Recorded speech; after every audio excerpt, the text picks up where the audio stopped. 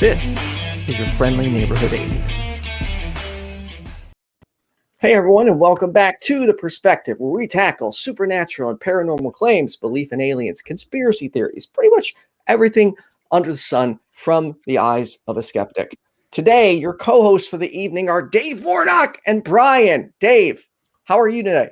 Hey guys, good. Doing well. Good to be here. Always excited to have you back. You've got the big smile. You're always happy and very friendly. I kind of feel that way about you. That's why they call you the friendly neighborhood atheist, right? Yeah, I'm trying to be the Mr. Rogers of atheism. I think you're tracking. You're tracking. Nailing it. I have a long way to go before I can be as awesome as him. Brian, how are you? I'm trying to be the Steve Irwin of atheism. So that's we kind of have goals. Let's make it happen. Like Crikey Mite, that guy. Yeah. With all my creepy crawlies. Yeah. We all have goals. You're right. Well, I can't talk. Are you ready to jump into calls? Oh yeah, we got some great calls lined up. It looks like. All right, good. I'm going to bring your first caller on. Then I'm going to jump off screen. So coming up first, we have Eric Boyd. Eric, you're on with Brian and Dave. Hey there, Eric.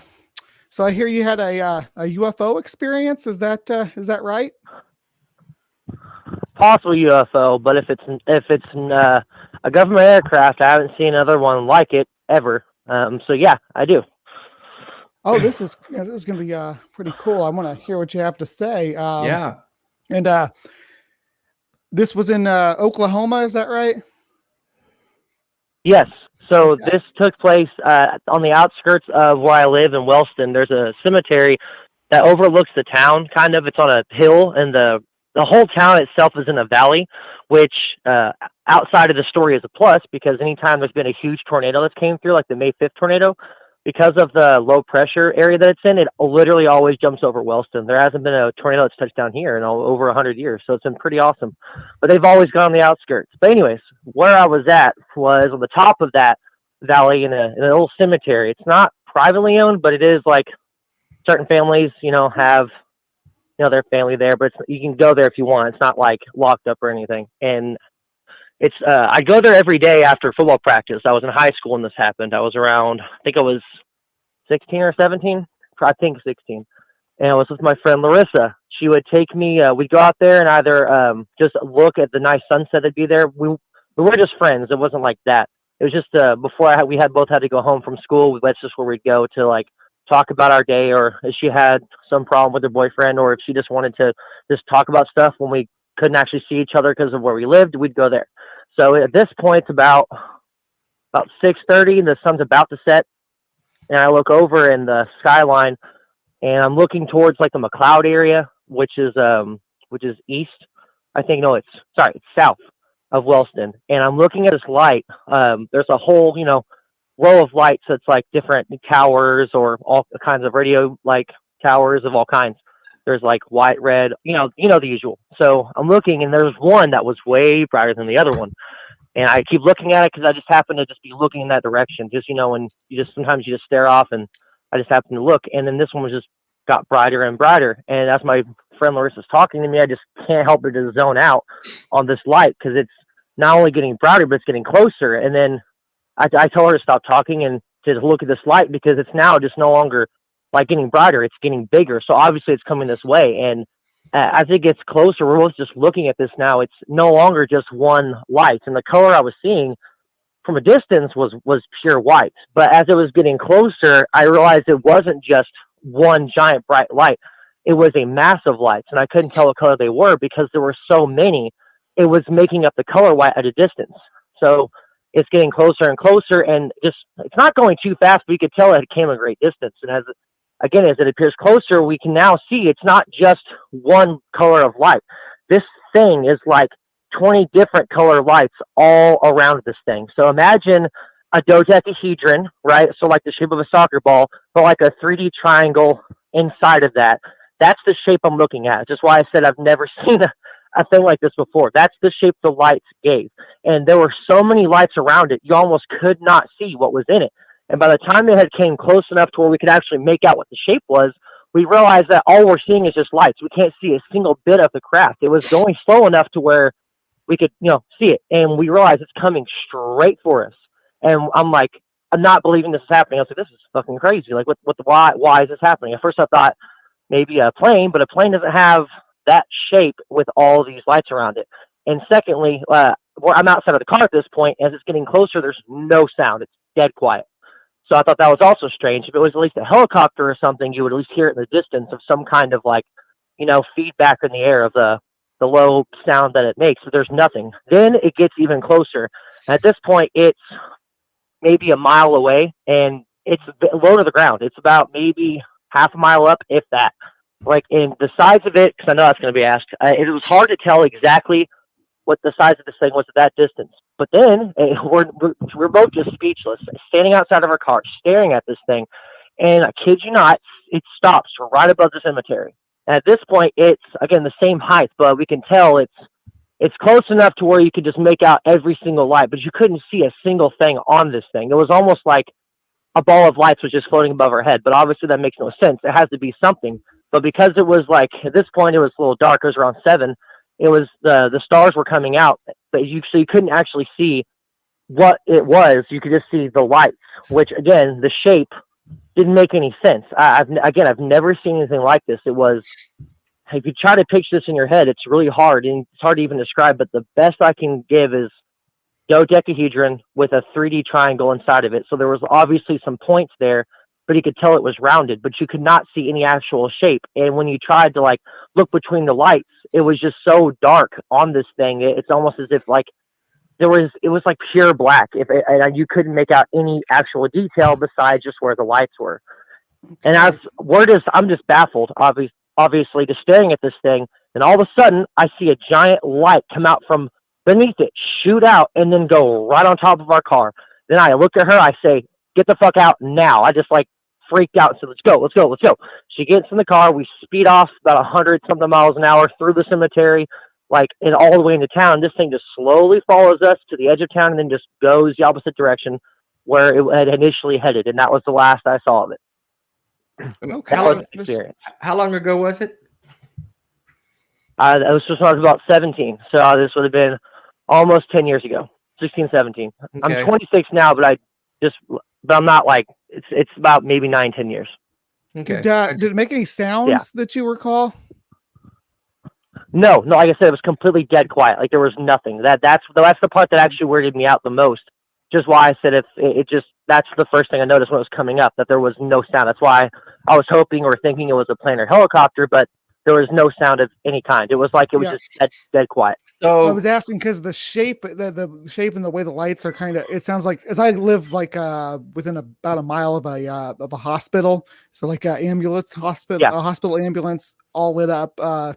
They look pretty much like what you described, but if there was no sound, I mean, a helicopter, you can hear them miles away. So. Well, the thing was how close it was above us. I thought I would have heard at least something.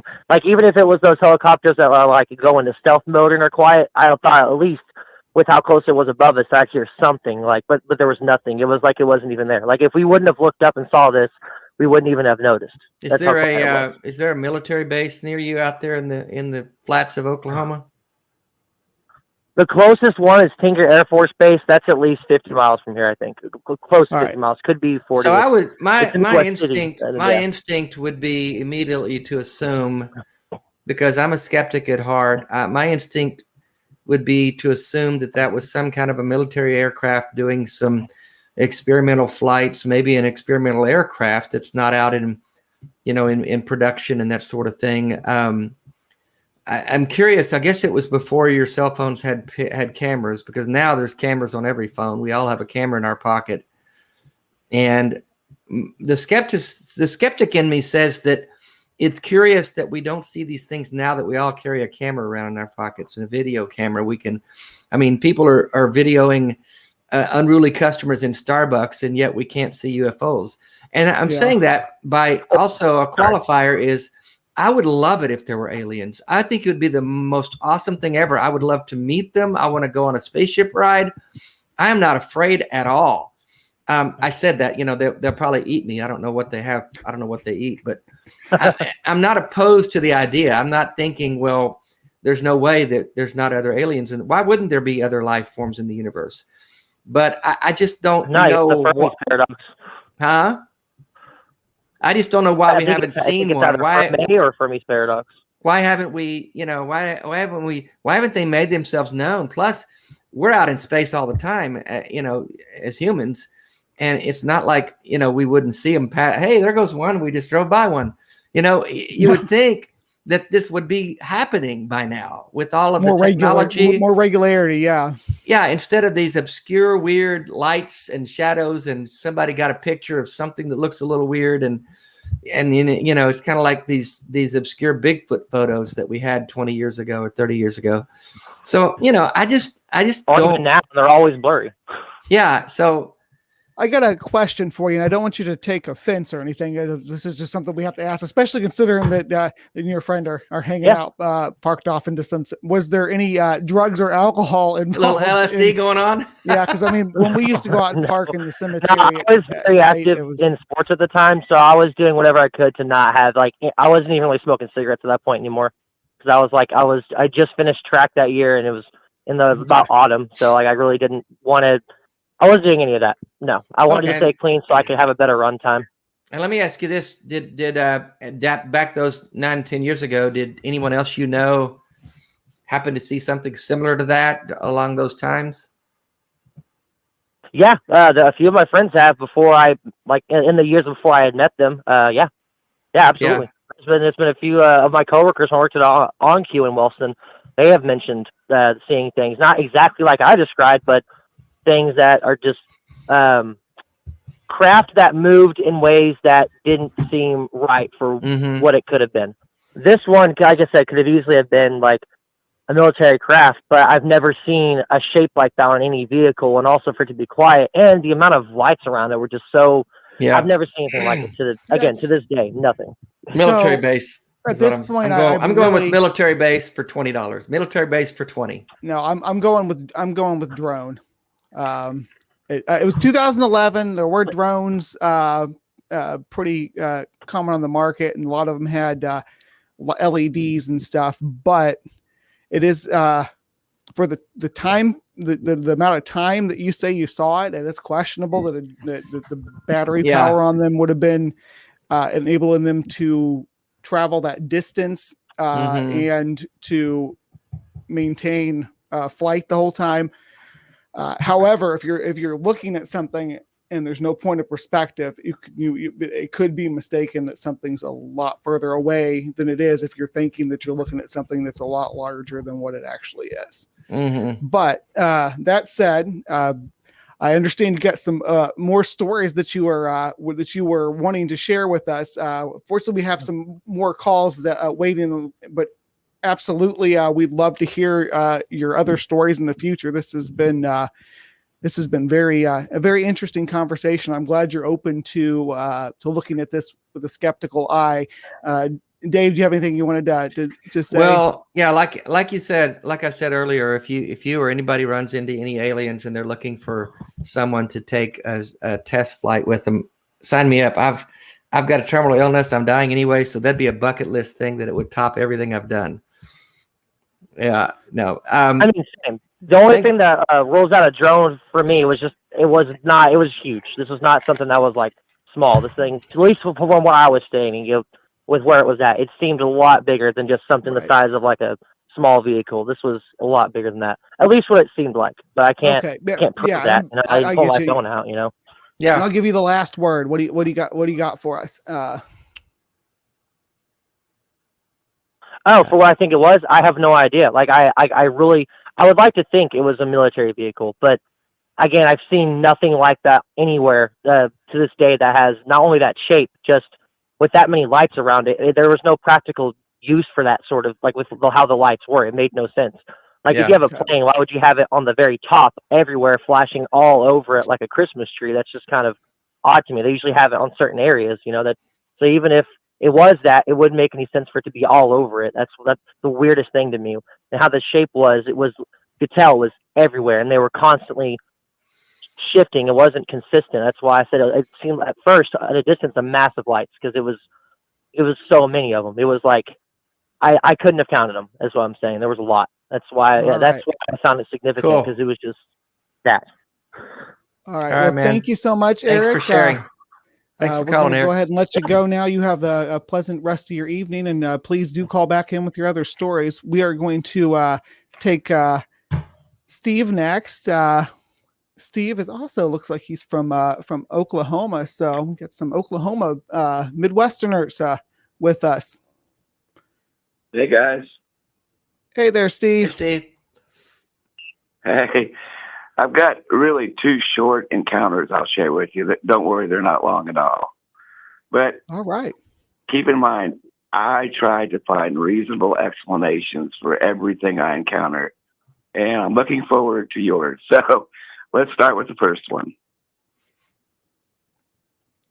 Okay. So ready. I'm sitting at home. I'm sitting at home watching TV. It's just me and the dog. And all of a sudden, I hear this bam. It hits the wall so hard that the dog comes out from under the coffee table barking. So I kind of thought to myself, well, what was that? Within about 2 seconds, these were coins, because I went and looked after it was done. Another coin hit the bookshelf. And I'm talking hard, very hard. And I tried. I could not think of why this took place. And I welcome any explanation you got. I promise.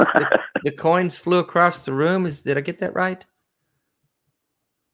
Yeah, well, they come from one direction. One came in one direction, and another one came in another direction. So one hit the wall, and then one hit the bookcase. Did you go pick them up and look at them? What were they? Quarters? 50 nickels? What were they? Quarters. And they were. So I sat there and went, "What is this?" Okay. So being in the paranormal as much as I have been, I'm like, okay, stop. Now, I don't know if it's coincidence or not, but it stopped. So two of them hit the wall in close succession. Yeah, and you said both, stop, both and then they quit. Direction. Okay. All right. What do you got, Brian? BrainBug? Well, break that down for us. Well, let me set the scene a little more deeply. You said the dog was in there with you. Is that right? The dog was asleep under the coffee table. Under the coffee table. Okay. So he says. The dog. I'm just kidding. Yeah. Just kidding. No, bad joke. Okay. And let's see. And you were on the couch. Just on the Sitting couch. on the couch just chilling. TV. Yeah. No one else around. TV's on. Yeah. And change, like pocket change, comes flying across the room. That's interesting. Different directions. Yeah, that is interesting. And there's no way it could have come through a door or a window, somebody messing with you? I don't think that's possible. And did it do when it hit the floor, did it do the change thing? You know, a change hits the floor. It's just there. No, it was on a carpeted floor. Okay. So I was wondering if it was still. So you heard something hit the wall, or you saw something flying through the air, and you went over there and found some change on the floor.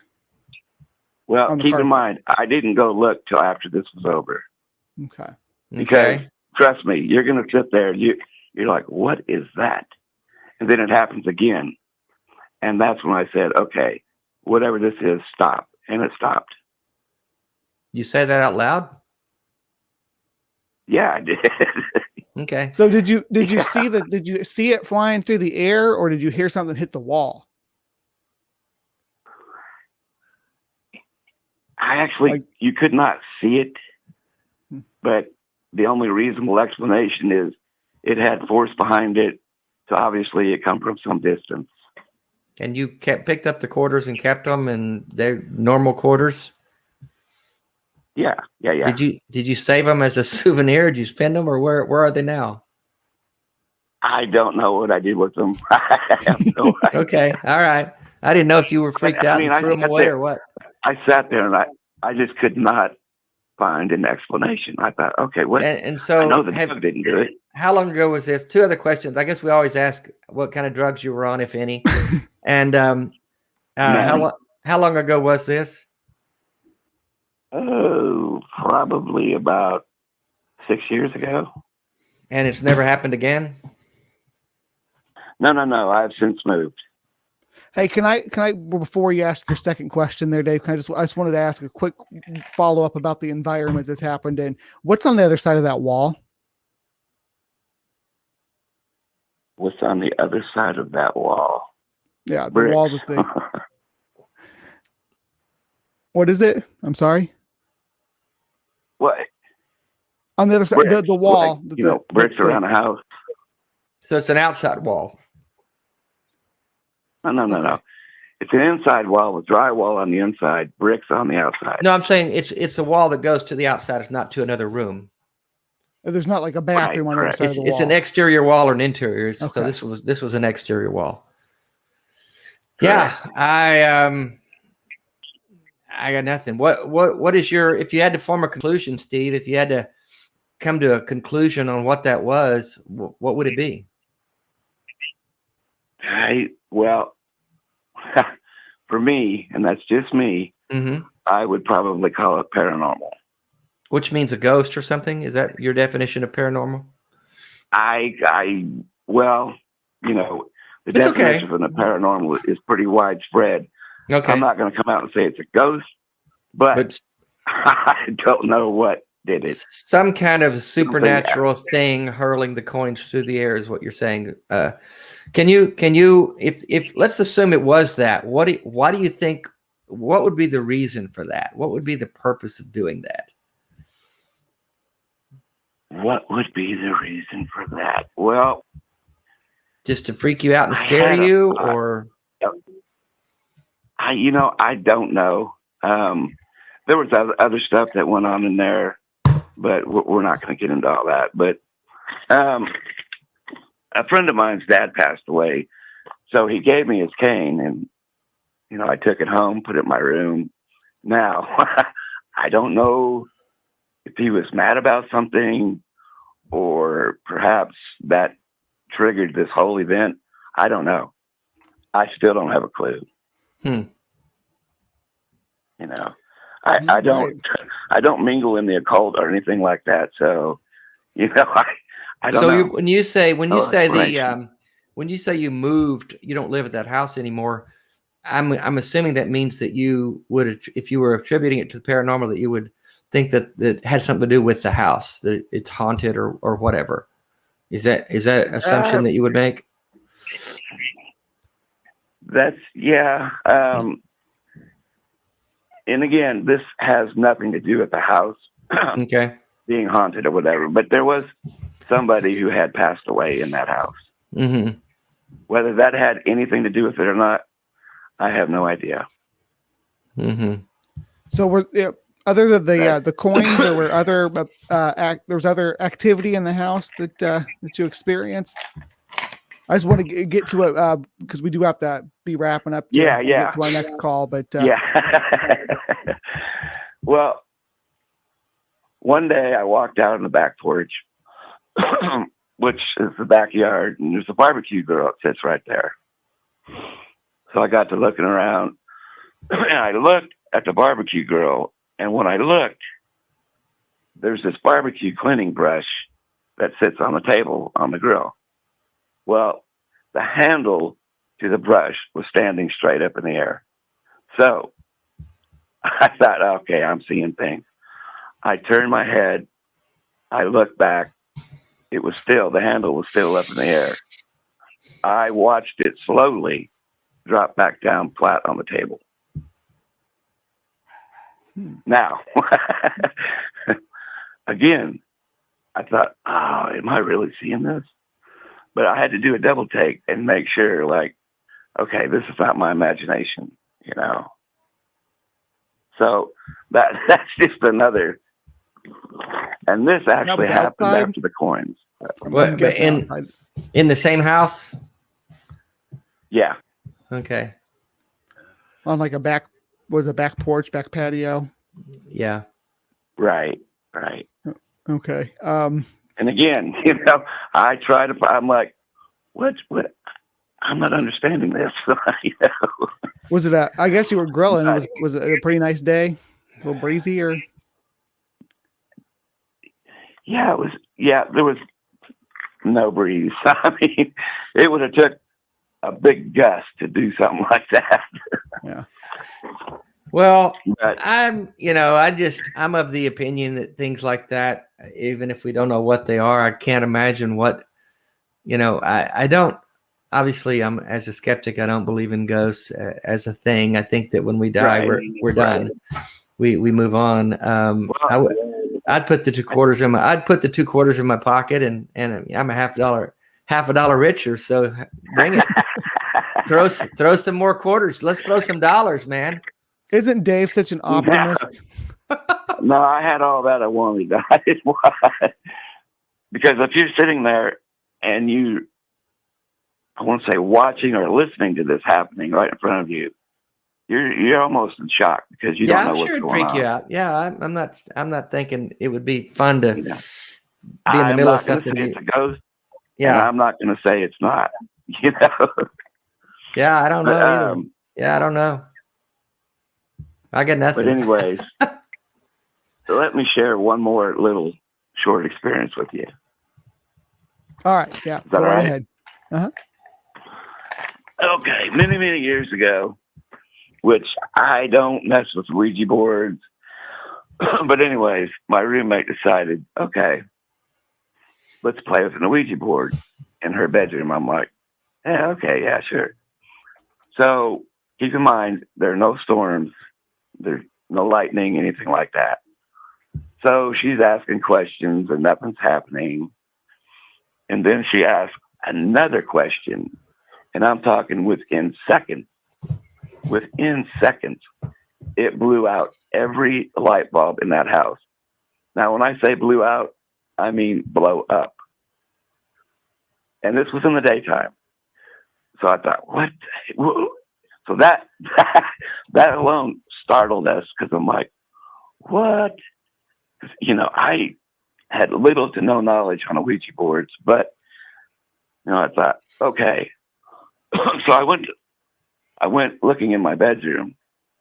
Every fish in my 100-gallon tank was dead, every one of them. Now, I thought, what are the coincidences? Could this have possibly been a power surge?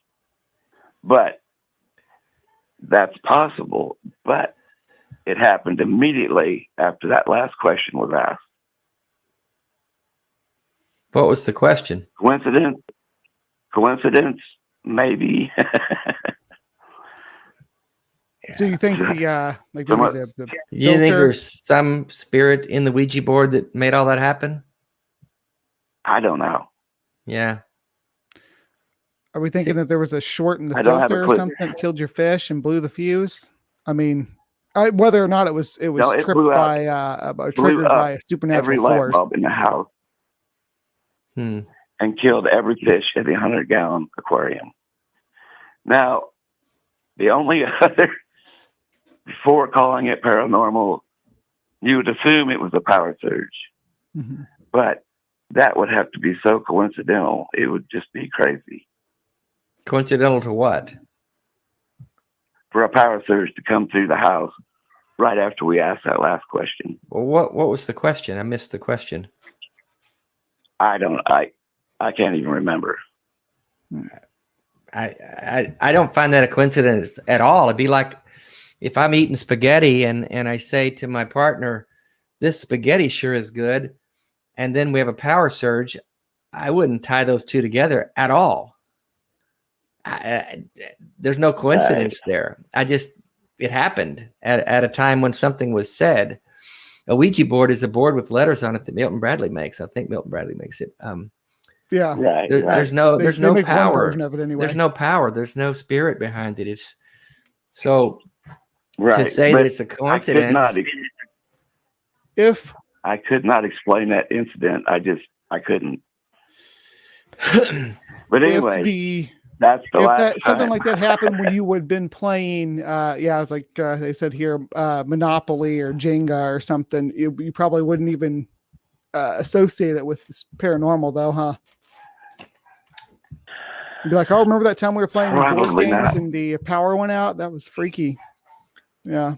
Yeah, I think because it's a Ouija board, we attribute some kind of a supernatural attribute to it, and that makes our minds think in a different way than if you were just playing Monopoly or Risk. So it causes our minds to think it causes our minds to think about regular events in different ways. Right. But the fact that it was right after the question, I mean, it'd be great if we knew the question. Well, the light bulbs and then killed all the fish in the tank. Yeah, the question might be the key to this whole thing, which not really, but I can't just remember. Yeah. It's all right. It's okay. No, we appreciate you calling and talking with us, Stephen.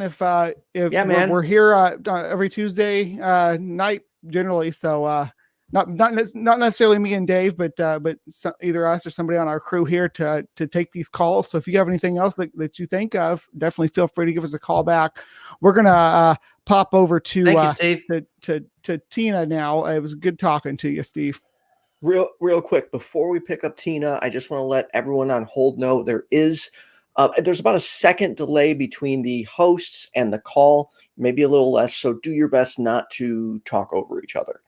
And I totally forgot what else I was going to say. I'll let you take back over the show. Thank you. If you do have any supernatural or God soul related claims, we take those callers too. 951-364-2430. All right, Tina, you're on with BrainBug and Dave. Hi. Hey, Tina. Hey, Tina. So I have a story about seeing an alien. Yeah, I saw that in the description. I saw your description here that you gave, and oh my gosh, I am so psyched for this call. So hit me with it. All right. So me and my ex-husband were laying in bed, and we heard like a growling, like as if it was a rabid dog outside the door or something. And it was so scary that my husband even got out of the bed and pulled the door shut, like, holding it, thinking something was going to come in. So we get dressed, and about 10 minutes later, we go outside with the flashlight, and there was an alien. It was probably about 7 foot tall, I'd say, or more. And it was really skinny, maybe 150 pounds. It had it looked like an alien gray, type head, and with the big eyes. It had, like, I couldn't see any nose, no mouth. Like, it was like just a slit maybe. It had really long arms that went past its knees, and its fingers were probably twice as long as ours. And it was going towards the electric box in the back of the house. And so I don't know, but something in my mind told me, or what I took as what it was thinking. And it was like, whoa, they can see me. And it just stood there. And so me and my husband start walking a little closer because we didn't feel threatened. And it ran around the side of, well, not ran, but floated around the side of the house, squatted down behind an old satellite dish. And my ex-husband seems to think that its knees went backwards and it didn't squat, but what I thought I seen was it squat. And so we started walking closer to it again, and it got up and it just shot out of the yard like so fast that it even seemed like it could be stuck maybe into something, but its feet never touched the ground. It floated. for sure. It floated, But then it yeah, squatted it was. behind the. Was it hiding? You think behind the satellite? Yes. Like I thought that I could actually hear in my own head what it was thinking, and it was like, whoa, they can see me again, because when we were walking up towards it the second time, and its knees went backwards. And, what year is this? 2012. Okay, so its knees went backwards like the aliens in that Charlie Sheen movie, The Arrival. Have either of you all seen that? Yeah, pretty much. Yeah. Yeah, and it sucks that all these experiences are before the cell phones had cameras. I just hate that. No. And another thing was it glowed like a blue-green, like a jellyfish would. Okay, did you guys phosphorus glow? Okay. Did you guys think to grab a camera? Yeah, I would. No, we were just like in awe that what we were seeing at the moment. What did the police say? We didn't call any police or anything like that. Oh. We just like kept telling, asking each other, do you believe what you just saw? Like, what did you see? What did it look like to you? Or like, so we kept telling each other things like that. And then the next day, everybody that we would tell would be like, were you on drugs? And, nobody really believed. Well, that's the legit question. I mean, what were you and your husband doing laying in the bed? Not to be too sensitive. Not to be too sensitive here, but we're teasing everybody about that tonight. No, don't be. Thinking the right thing. Huh? You're thinking right. That's what was going on. Okay. And also, this was in New Mexico, in Bloomfield, New Mexico, at the time. Okay. So, when I'm just running through my head, the phosphoring's an interesting thing to note. In the moonlight, I'm assuming, clear skies, because you're able to see this creature moving. You see it moving towards you.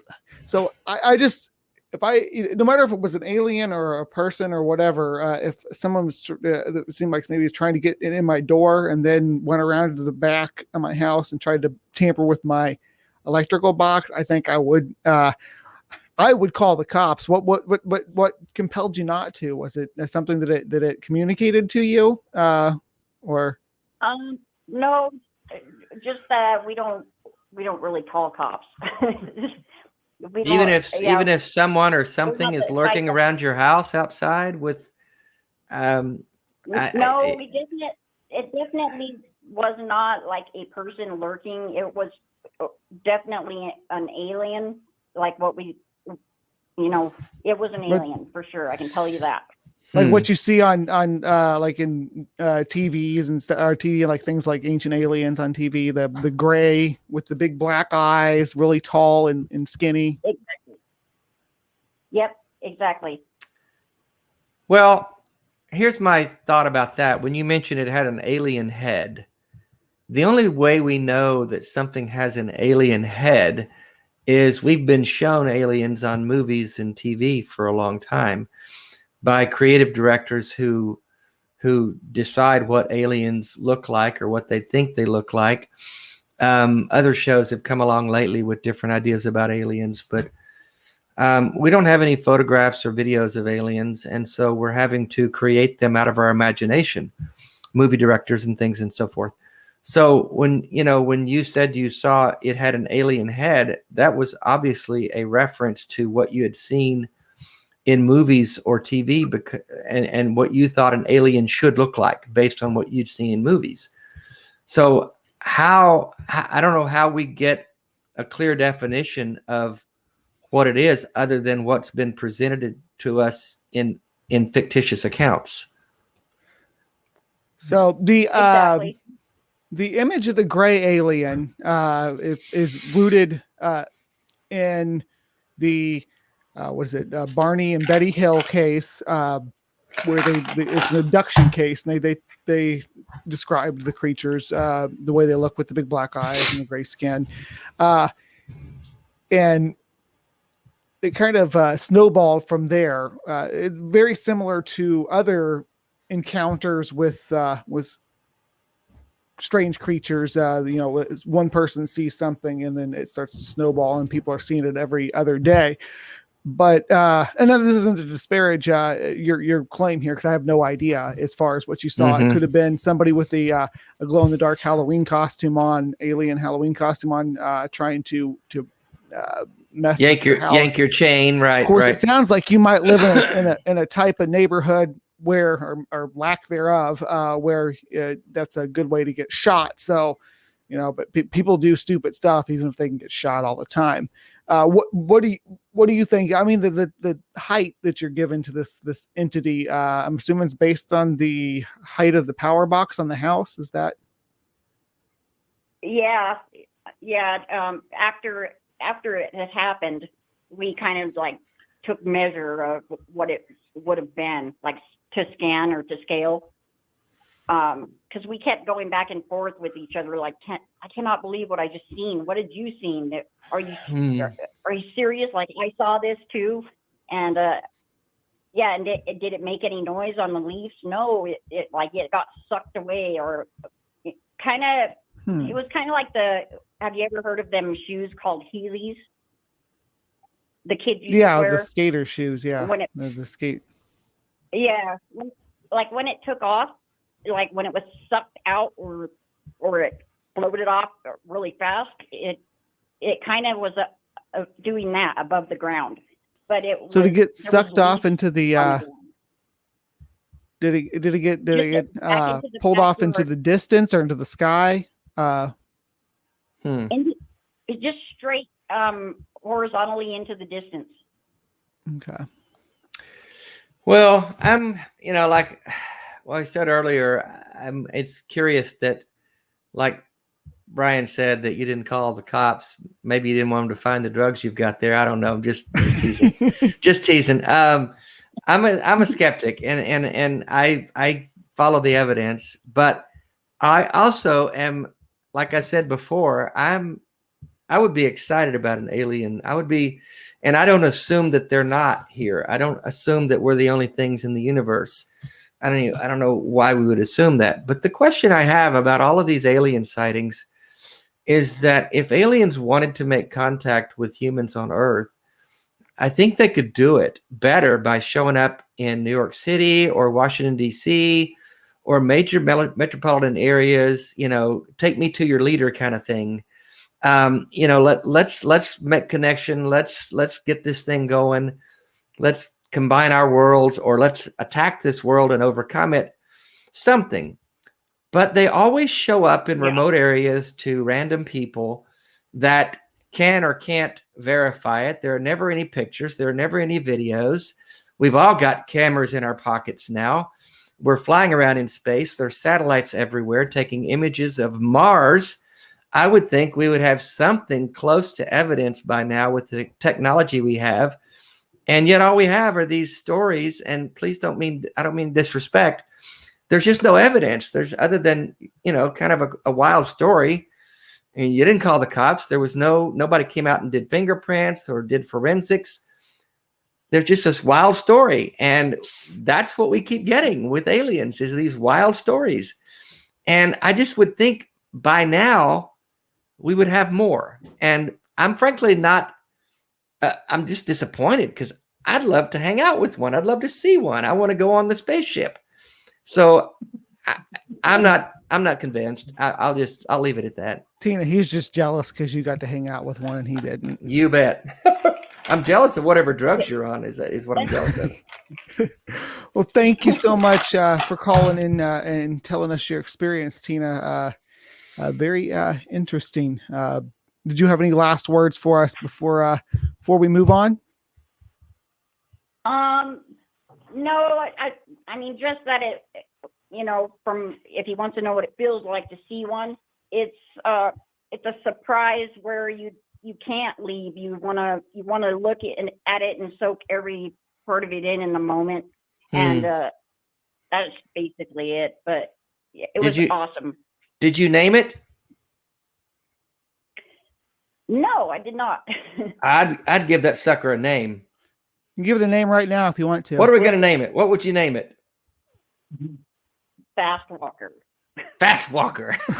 Was that the color of its skin was bathwater? You sound like you've got. No, she said Fast Walker. Did you say Fast Walker or Bathwater?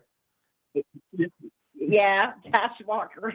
Fast Walker. She said bathwater. I thought you said you must have some Native American in you, because that sounds like a Native American name. He who walks fast, dances with wolves. Fast Walker. Thank you, Tina. Thanks for coming on. Thank you. All right. All right. Dude, these are exciting calls. I hope I'm not like, I don't want to be unkind, but I don't want to just swallow it hook, line, and sinker. I want to push back and say, okay, this is sounding, crazy. So I hope I'm not coming across mean or disrespectful, but I do want to challenge those ideas. Right. No, we're with you. Okay. And we're skeptics. We ask questions, and me, like you, Dave, I want to see aliens. I would love it. It would be, because if anything, it's just going to more reaffirm the idea that I'd be taking a selfie. I'd say, come on, man. Yeah, it would be so exciting. Same with ghosts or other dimensions. Exactly. My brain is always thinking of that stuff. But until I see I guess better evidence. And again, it's just that they all happen back before cameras, back before videos. They don't show up in any populated areas. It's just so vague. Well, this last couple of calls, they were 2011 and 2012. They getting on the edge of cameras. I had a camera on my phone at that time. It wasn't a great camera, but right. But I will say this: we're having very nice callers tonight. And that's important. It's always nice when we can go back and forth and ask these questions and still remain civil. Yeah. Okay, so next up we have Bill, a Kentucky paranormal investigator. Hey, how you guys doing? Hey there, Bill. Kentucky paranormal investigator. Sure how the show works. I mean, I don't know if y'all ask questions or if I just tell some of my experiences I've had investigating. Why don't you tell us one of your paranormal stories, and what we'll do is ask questions about it, and we'll kind of try to together figure out what we think that might have been. Give us the most compelling one you got. That's what I want to hear. Yeah. The one that convinces you that this stuff is really happening. And I appreciate you guys being skeptics. I really do. Because, I always tell my members, don't take the claims the clients give us at heart, but go in with an open mind. Always go in to try to debunk the claims before you call anything paranormal. So we always go in with an open mind, trying to find logical explanations for the paranormal. Mm-hmm. But there was a case a couple of years ago that we did, and while we were doing the interview, one of the clients started acting all weird and everything. And I've been in the field for 20 years. I'm also a demonologist as well, so I've been trained on what to look for. And I could tell he was being affected and everything. So and being oppressed. I mean, spirits can oppress people just as well as demons can oppress people. So I decided he needed to have a deliverance done. And what a deliverance is exactly, it's when you do certain prayers over an individual to break the hold that a human spirit or a demonic spirit may have on a person.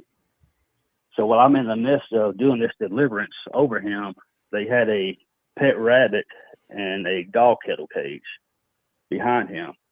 And I've got all this on video as well, but for confidentiality reasons, I can't show it to nobody.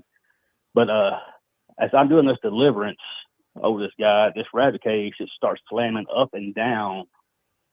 And the rabbit is in the very back corner, shaking like a leaf on a tree. And the whole time I'm doing the deliverance, this rabbit cage is slamming up and down. We're hearing scratching on the windows. And this guy is just, I'm putting holy water on him, and it's putting burns on his arms where he's being oppressed to the point of almost possession. Can I just get a clarification about the holy water? Was it Catholic holy water? What? Yes. How it was Catholic? Okay. Yes. And finally, I get him to the point where he's sane, and then the following weekend, we go back to do the investigation. And as we're wrapping up, we're doing the cleansing and the blessing on the home. Two of my investigators, I got this on video as well. They're doing the cleansing in this room where they had a bunch of dolls. Pretty much the whole room was full of dolls, and they had this like tall entertainment center, and they had this one particular doll on top of another doll shoved in the back. Well, after doing the cleansing, you can see this doll lift up and get pulled out, directly right in front of their feet. And I thought maybe they had shook it or something. So me and another investigator of mine went back a week later and put the doll up there where it was, and we tried to debunk it. You can see us shaking the entertainment center. You can see us banging on it. That doll does not move. So something had literally had to pull that doll up and out in front of them. You said you have this on video too? Yes. Can we see that one? Yeah, I mean, I can send it to whoever. I mean, yeah, I think send the video Ethan, to where, and I can Ethan would love that. We would love video evidence of some of this stuff, because that's what we never seem to get. We're kind of compiling that together. We have had a few. But, so when you say clients, people hire you to cast out demons or to get rid of spirits. Is that kind of how that works? Well, we don't charge anything for our services at all. I mean, I believe, and the way I believe, if someone's called to do this, they don't charge a dime for their services. So we do not take money whatsoever. Just the service. Were you listening to our last call? In front of the client as well. Yes. Were you listening to the last call we had? As a paranormal investigator, what do you think of that call? Well, when it comes to paranormal, I mean, you're going to have your skeptics, you're going to have your hardcore believers. But like I said, I mean, I go in to debunk the claims. If I cannot debunk the claims, or if I cannot find a logical explanation, there's a lot of reasons why a place could be haunted. I mean, there's a lot of reasons why a spirit could remain dormant into a place. I mean, they could be attached to an object. They could have lived there at one point in time. They could be territorial. They could be trying to give someone a message. They could be trying to watch over someone. They may not know how to move on. So, I mean, there's a lot of reasons why a place could have paranormal activity. So you cast demons out of people as part of your work ministry. Demonic possession is a very, very, very rare. I mean, it's not like you see on, like I tell people, it's not what you see on TV. I mean, they got to fake things in order to have ratings or have viewers. A true demonic case is maybe 1 in 1,000. So what is it normally? What is the normal occurrence? Normal occurrences is normally just a regular human spirit. And okay, go ahead, Brian. I'm sorry. No, I was going to follow up. Are you Catholic? Yes. Okay, and your team is Catholic? Well, not my team, but I'm Catholic, but I'm ordained non-denominational. That way, because I have to learn about every religion there is. That way, if someone's dealing with something, like say non-Catholic, I mean just a regular Baptist or maybe a Wiccan or a pagan or whatever. Because, I mean, different religions have different ways that some may believe clears the area. But, I mean, when it comes to human hauntings, there's two different types. You got your intelligent and you got your residual. Residual is like a video replaying itself over and over. It's based on the stone tape theory, where everything holds energy, whether it be concrete, brick, wood, or whatever. And the certain things are perfect, like the temperature, moon phase, maybe an anniversary. It's like cigarette smoke being embedded into a wall. If everything lines up, that wall begins to sweat or swell. It can reach that smoke of cigarettes to a non-smoker. I think that we want to talk to you a bit more and maybe in more detail. It sounds like you got maybe a lot of stories you could tell us and a lot of a lot of situations that you could tell us about where it turned out to not be something supernatural as well. Do you have a way to contact our show host, our Ethan? Because this is the stuff he's really wanting to kind of focus on here. So do you have that contact information? I believe he's in a group of that I'm in. But I will give you one example of someone may be believing their house is haunted when it's actually not. I mean, because anybody who's hypersensitive to high EMF, which is electromagnetic frequency for fields, if someone's hypersensitive to that, it can cause side effects like paranoia, hallucinations, headaches, migraines, tightness in your chest, the heavy feeling, fatigue, lethargic. It can cause skin irritations and all stuff like that. It can cause what's called a fear cage. So that's one of the first things we do when we go into a place. We check for anything that's high EMF. If there's something there that is, we show it to the client so they can get that taken care of. But if there's something that's not putting up high EMF, then we know it could be something spiritual. But on the flip side, spirits can also use that high EMF in order to do more things, give them more energy to manifest, show themselves, move an object, or to speak, or whatever. Okay. Yeah, all I wanted to do was give him my information. You called through Steve, right? Yes. Okay. Yes, Steve. I will send Steve a message after the show and ask him to put us into a chat together. Cool? That's cool. Thank you. Right. Yeah, and I would love to delve into some more of these, but go ahead. Yeah, and I got more videos as well. I mean, I've got videos of where we did one at an old 1800s jail where we hung a blanket, and you'll see one of my investigators walking in, and I'll go ahead and let you know that it still has the bars on the windows. It's now known as a restaurant called the Jailhouse Pizza in Brandenburg. And we had a blanket put up there, and as soon as he walks in, and I'll let you know also, there's no fans, no vents. You can't open the window because the bar's still in. You can see it. Sorry to do Real this. quick. We do have to move on to the next caller. Yeah. We got a bunch in the queue. But we'd love to see those videos and stuff. Yeah, and yeah, definitely give us a call back. Send videos, and then we'll have you back on. All right. Thanks, Bill. Oh my gosh, Ethan, I don't know what kind of nest you poked, but we've got a lot of great callers tonight, and we got more waiting on the back lines. This is amazing. So we're going to try to get to all of them, hopefully as quickly as possible. So let's bring up Jesse. You are on with Brian and Dave. Whew, that last one wore me out, man. Yeah, he had a lot of. I thought he was going to cast out demons from me. I was afraid for a minute. Hey, Jesse, how you doing? Hey, I'm good. How y'all? What's up, Jesse? All right. You got a haunted or purchased a haunted apartment? No, a trailer. Oh, okay. What's that? It's a trailer. You got a trailer? And it's haunted. So can y'all hear me okay? Yeah. All right. So I recently bought this trailer from my boss, and he sold it to me at a really good price. I was starting to know why. So I took it, and everything was going really well, and I started hearing strange noises. I ignored it at first, and then lights started flickering, and I told my boss about it, and he said the wiring is old, so it might just be that.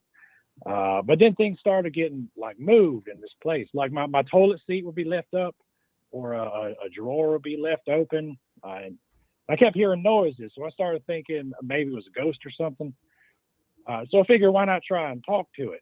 I saw on that the Ghost Adventure show on the TV, and they did that thing where they told the spirit to make a light blink twice if it was a girl and once if it was a boy.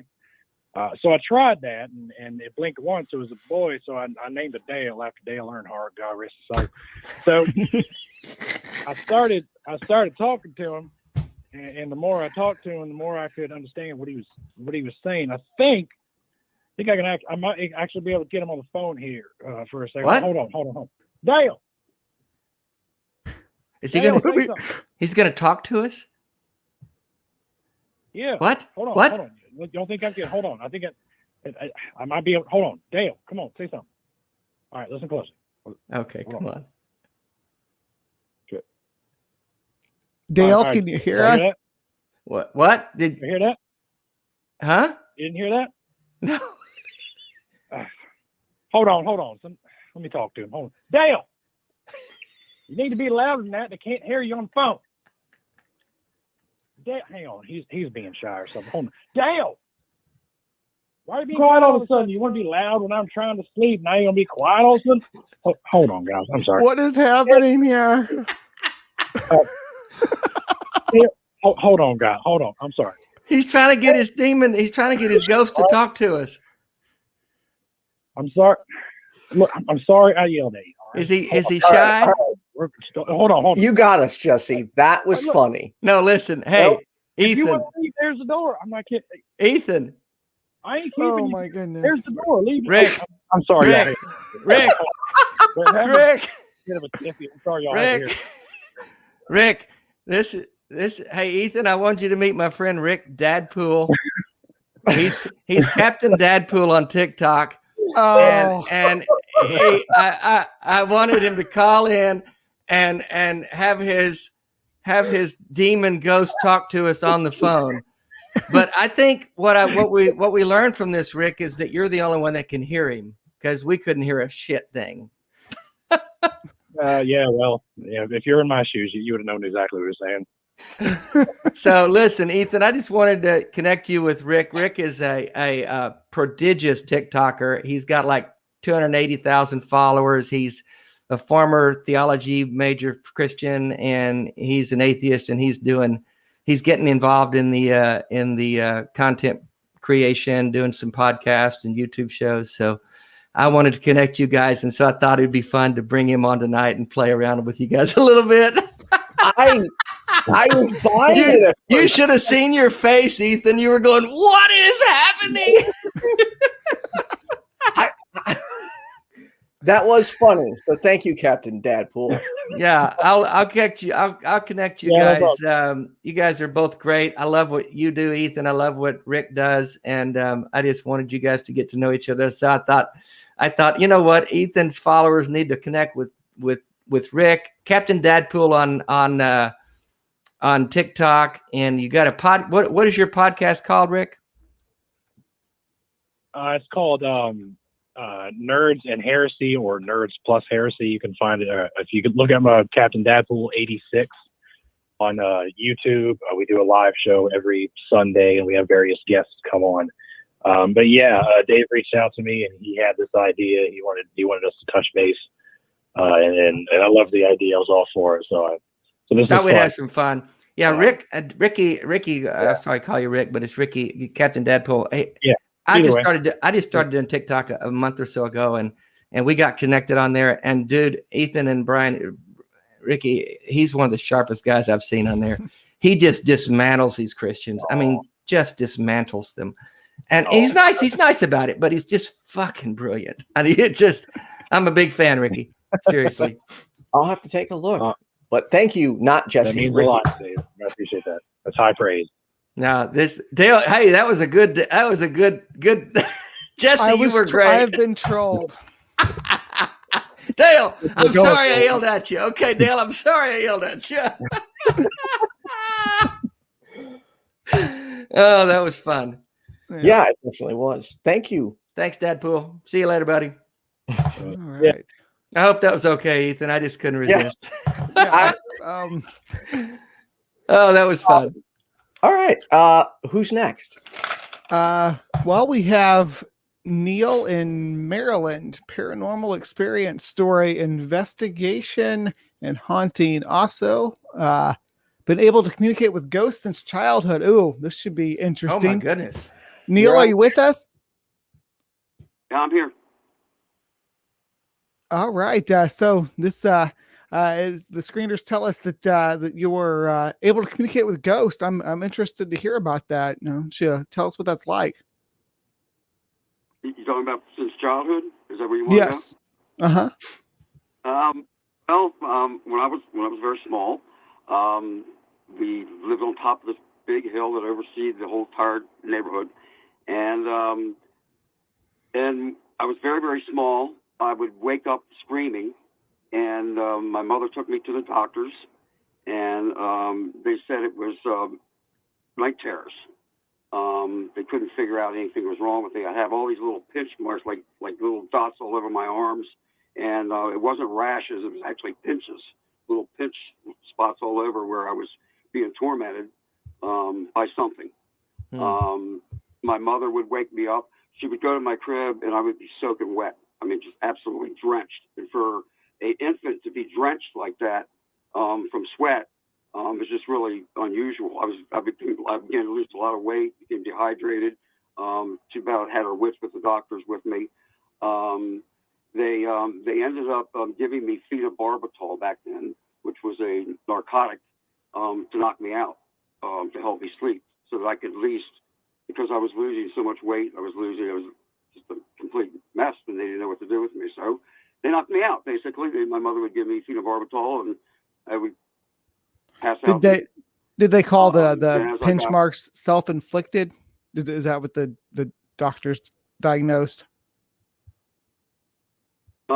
No, because they were like, I was only like probably 8 months old to a year old, and these little spots for me, they were pinch marks. So they were thinking abuse, but back then they didn't treat abuse quite as seriously as they did. So I guess, but it was, we're talking about hundreds and hundreds of little, almost like chicken pox. If you've had a bad experience with chicken pox, just imagine that many little pinch marks.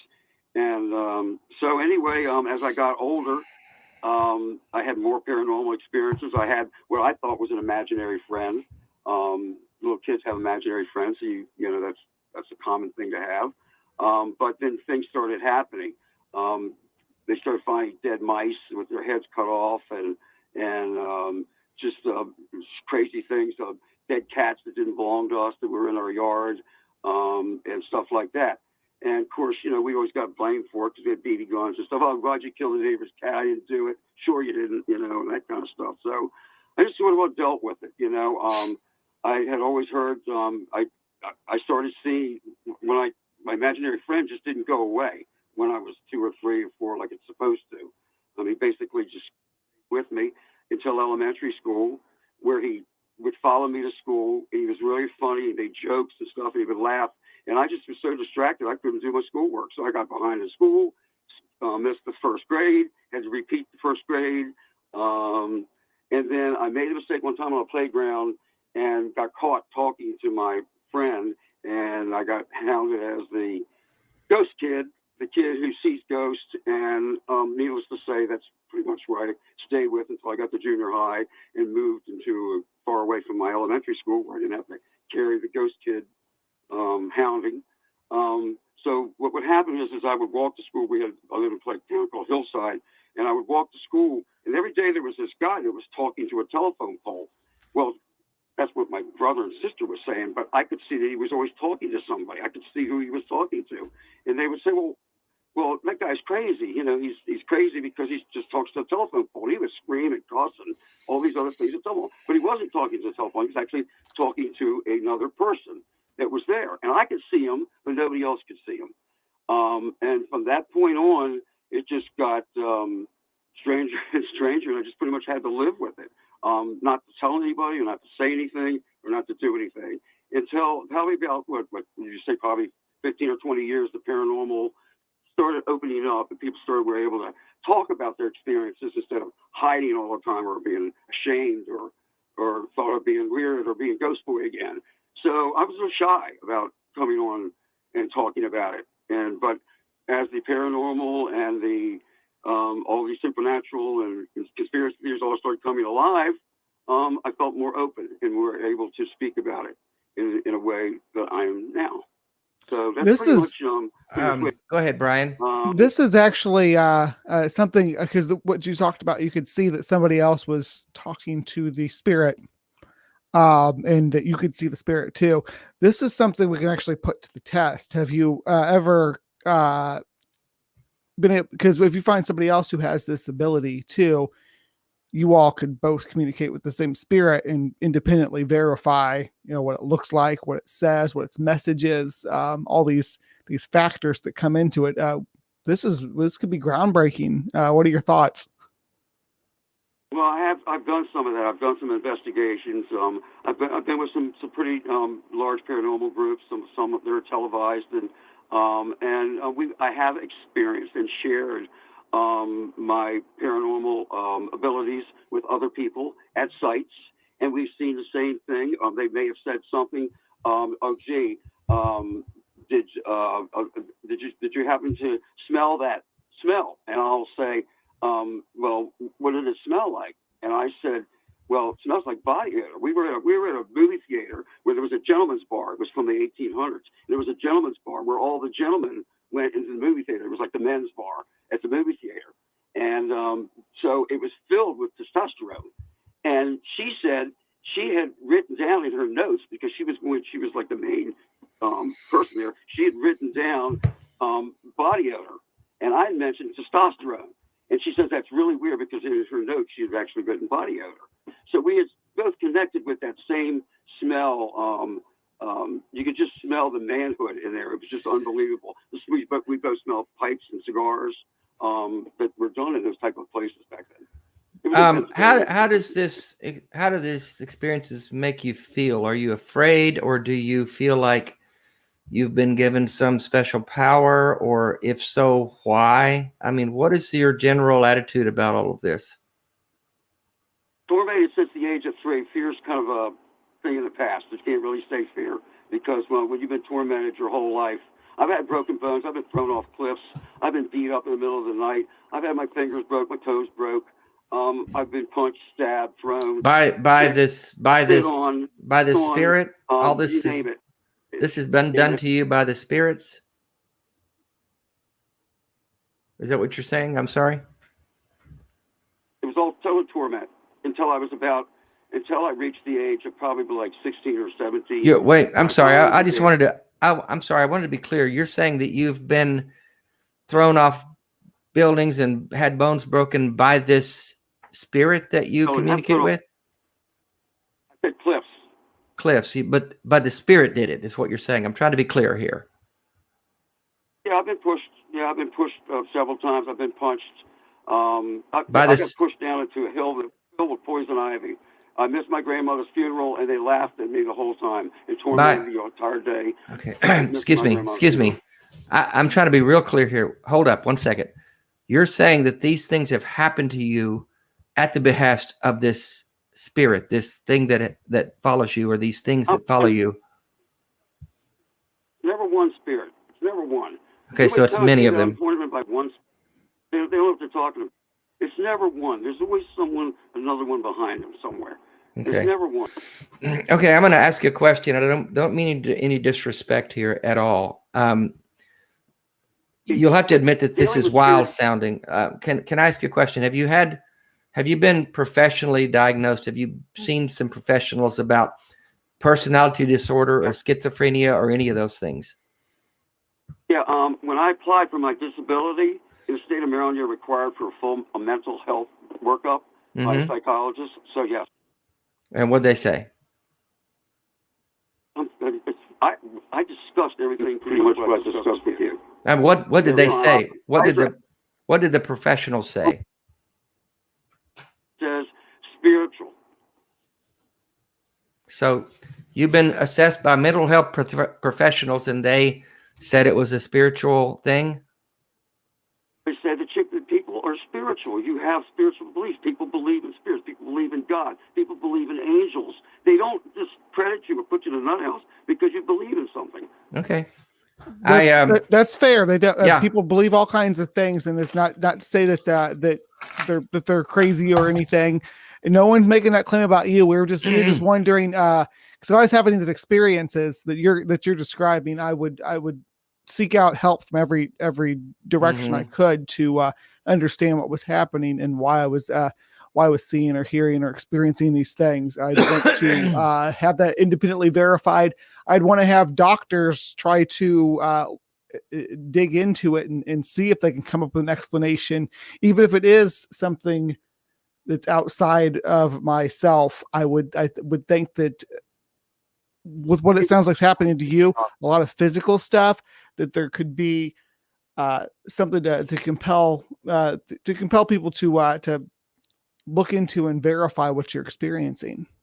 Yeah, I'm concerned for you. And if, as you characterize it as being tormented, and I don't want anybody to be tormented. I don't want someone's health or safety to be at stake. And so I would encourage you, with all due respect, unfortunately, you're only listening to the story, because I haven't been tormented in the past 15 years. So you're only hearing a fraction of it, and you can't really make an analysis like 30 seconds or well, if you're happy, yeah, if you're happy and you're getting along fine, then that's great. But if you feel like there's some help for you, or that you would like to be different, then I would seek some different therapists, some different, I think there's something going on here. So that's all I'm saying. I'm no professional.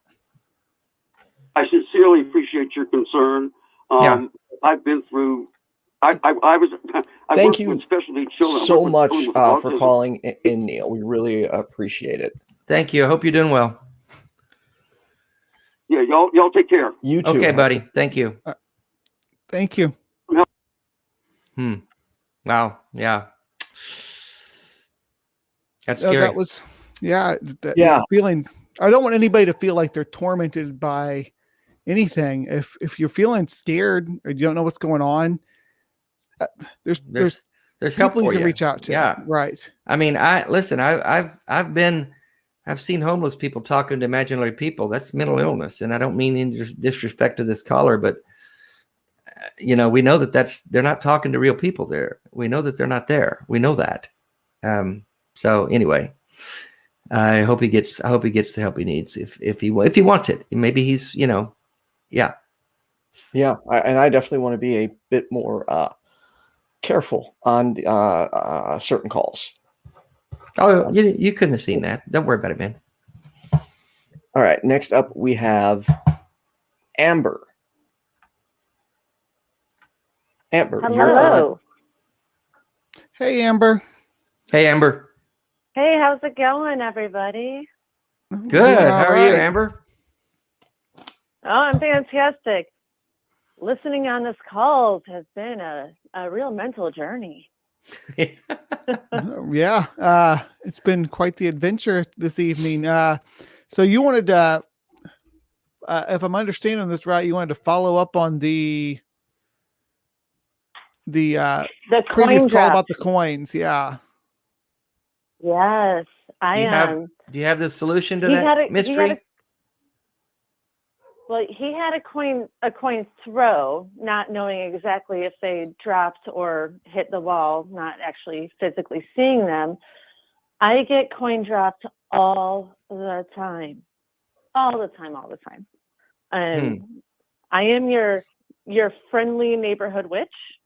And I believe very firmly in coin drops being from the spirit realm, to where loved ones and people concerned about you are just dropping their little gift to you. I saved some of them, ones with significant dates, ones with significant, like birth date years and things like that. I save every nickel that I find on the floor, because my grandmother used to give away nickels on Halloween instead of candy. But she always dressed as a really creepy ass witch, sitting on her big, huge front porch every Halloween. She was literally famous. But she sat on the porch of the very haunted house that I grew up in. And I have 1,000 stories, and I would like to share just a couple with you guys.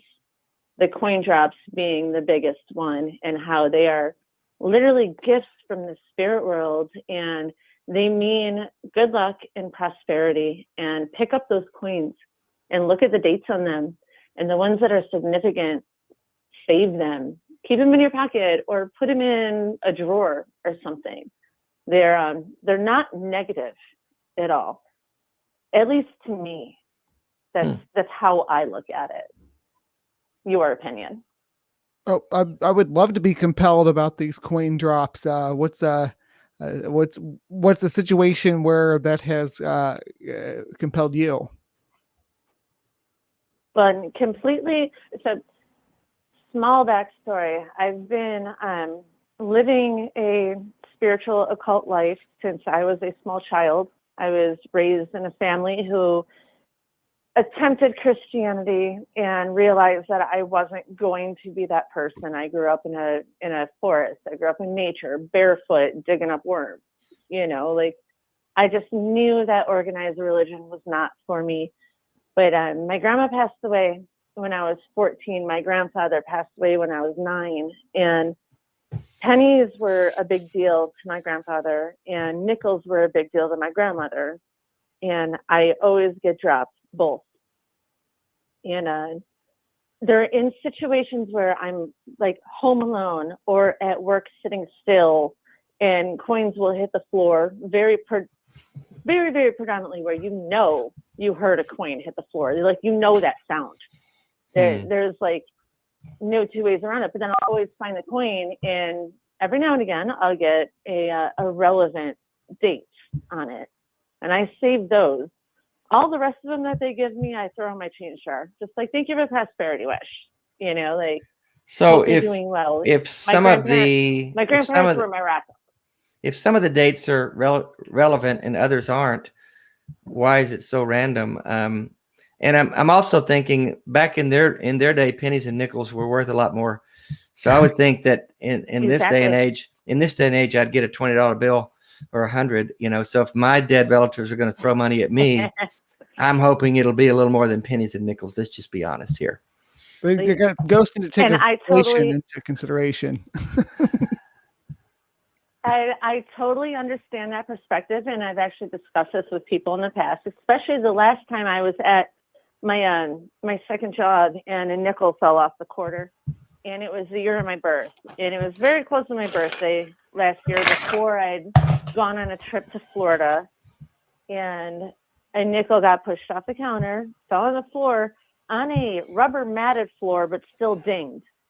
And I went and found it sitting there. It was a 1981 nickel. And I'm like, Grandma, like, thank you. But to me, it's a symbol of protection. It's a symbol of, good hopes and prosperity. Another small backstory, I've been haunted my whole entire life, but not in negative ways. I've always embraced my spirits who have been with me, and they've always, in real life, before their passing, have meant something to me. So, like I said, I have a different aspect on the whole paranormal activity that goes on because I like it and I embrace it, and I can communicate a whole lot better. And listening to so many callers tonight, there's just so many things that resonate with me and like what I've been going through being a gifted person my whole entire life. And I realized my gift as a small child, and coming to terms with it and understanding it has been like my own personal burden. But I've been allowed by my mother, my grandmother, my grandfather before he passed. Why is it a burden? Can I go back to the coins though? Where are the coins coming from? Where are they leaving no idea. Well, you said one fell off your dresser and it was the year of your birth, but you also said that some coins show up that don't have significant dates, and you just put them in your coin drawer, and so it'd be like if I found if I spilled a jar of pennies, and I looked through the pennies and one of them had 1973 on it. Oh, that was the year I graduated high school. That's a significant coin, but the others weren't. That seems like random chance to me. I mean, I don't find any significance in that unless I'm looking for it. And what I think is the skeptic in me says we can almost always find stuff if we're looking for it. Exactly. And that's the best statement to make. Coincidence is a number one factor on how I live my life. When coincidence happens, it to me personally means something. So take that coincidence, find the meaning, manifest in that, and go back to a memory, go back to something and find your peace and your balance in it. So even if it is just sheer coincidence, you find a spiritual for a reason. You find a spiritual significance in random chance coincidence. Okay. Yep. I find personal inner peace in it. I don't see any harm in that. I just don't see. I don't see any harm in that. I guess it's fairly harmless. It's very self gratifying in a way. Yeah, It's whatever not in a makes harmful you way. It's whatever like, makes you feel better. So I found a nickel from 1981, the year that I was born. It's sitting on my shelf. Like I have it sitting right here with these antique vases that I randomly bought at an estate sale. But it's a really cool one. And my grandma would be so proud that I'm collecting antiques. And I'm pretty sure she dropped that nickel, but I'm Where'd sorry, she drop? my cat's meowing in the background. with the nickel. Where did? So she dropped the nickel. So it leaves it enters the physical world. Did it leave the physical world to get into the spirit world? And then I was trying to figure out how with the mechanics. I really think it's the opposite. I think it comes from the spiritual realm. And I like both of my cats that I had at the time. I have a third one now, but she wasn't here then. And I had both of my cats were outside. I was completely home alone. It was during the lockdown. And I am very, very strict about like cleaning and making sure I don't have anything that's like spare coins or whatever. And I lived next to a hospital. So sure, I get some helicopter vibration, but there is no way that I had like a random nickel that's my birth year just sitting on a table to fall off the table. And I remember hearing it, and I walked into the kitchen and saw it on the floor, and I picked it up, and it was a really cool looking coin because it's all kind of like black and tarnished and whatever. Mm-hmm. But it was my birth year. That's right before I was about to get on an airplane. As long as you're not getting instructions from your coins, telling you to harm people or do weird things, you don't want to go down that path. Never. I don't understand how going back. Sorry.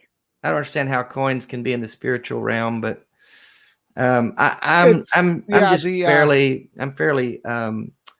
materialistic, not in this sense of material. I believe in the material world and what we see and feel and touch and find evidence for, and the ideas beyond that. They don't make much sense to me, honestly. What do spiritual beings need with quarters or nickels? I don't get it. I think it's about the personal connectivity to what it means to you personally, because the nickels and the pennies to me bring me back to my grandparents, who basically raised me and gave me the best childhood I could have ever had. And I lost them both kind of early. Mm-hmm. I lost my grandfather. I was his rock. And they raised me in a campground, like literally teaching me how to fish, walking around barefoot, swimming in a lake. Like I had the best childhood. And my grandfather died suddenly when I was 9. And he was my favorite person in the world. And to be gifted these little tokens from him, even if it's just like random coincidence, like we had a small earthquake in Illinois and a penny fell off my table, which there's never pennies on my table. That's the thing with me and spirit change. My spirit change never leaves. It goes in my jar all the time. Well, I get it. Go ahead, Brian. Sorry. You're fine, Dave. I was just going to say, and I'll kind of piggyback off what he was saying. Not a materialist. I'm a physicalist, so I don't believe in a spiritual realm, but I don't understand the concept of a. So the coin would be alien to our world, then, right? It would be from the supernatural realm. So. Yeah, and they have their own, but they have real dates on them from our world. That makes no sense. How are these? Yep. Are these minted in the spiritual realm? And then, because they're made. I mean, I don't know. You're saying that you're able to feel it. Well, here's what I think. I would mint us all $1 million. I think you have found spiritual connection, especially from your grandparents, but. In all realms, you've looked for spiritual connections because you lost something that was important to you, and you've found ways to attach significance to random, chaotic, chance events that we all experience. But I personally don't attribute that to anything supernatural going on. I think you've just conditioned your mind to look for meaning where there really isn't any.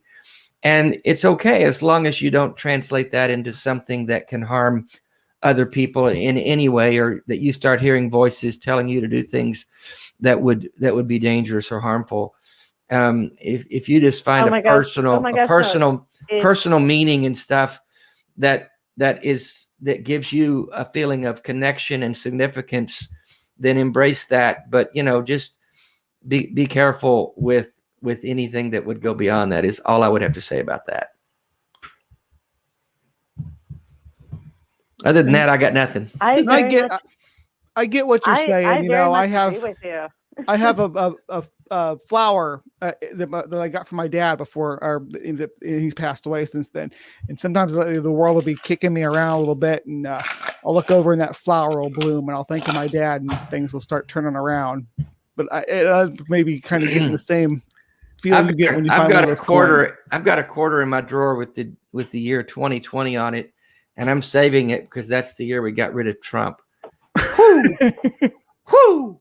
All right, we're not going political, guys. No, we're not. But that has spiritual significance to me. And I'm just kidding. I believe very much that I find very positive connotation in these coin drops, and I find them more often than one or two being tossed around. I get this a lot, and not only just at home. I get them at both of my places at work, and they're just very, very randomly placed when I need that little inspiration, that I know that I got them looking over my shoulder. And I mean, I got a million more stories. Like I said, I grew up in a haunted house. I'm we appreciate you calling, the spiritual realm. We're out of time for that, but throw some coins my way. I could always use a little more cash. Yeah. But Amber, I'd really like 20s. I'll manifest on some pyrite with that for you guys, okay? All right. Thanks for calling, Amber. Thanks, Amber. I didn't know there was a term coin drop in the paranormal. That's a thing, I guess. I that's my first experience with that as well. We have learned something tonight about the paranormal. We don't know where they're minted though. Oh, doesn't matter. All right, we still got calls. Oh my God, waiting. So we need to get through these last couple here. So sorry if you feel like we're cutting you short, but we're going to go ahead and take Donna now in Pennsylvania. Wants to talk about the paranormal activity they've experienced in their house. Brother saw an apparition. So hello, Donna. You're on with guys. Brian and Dave. Glad to have you. Yeah, it takes a second to get used to the overlap.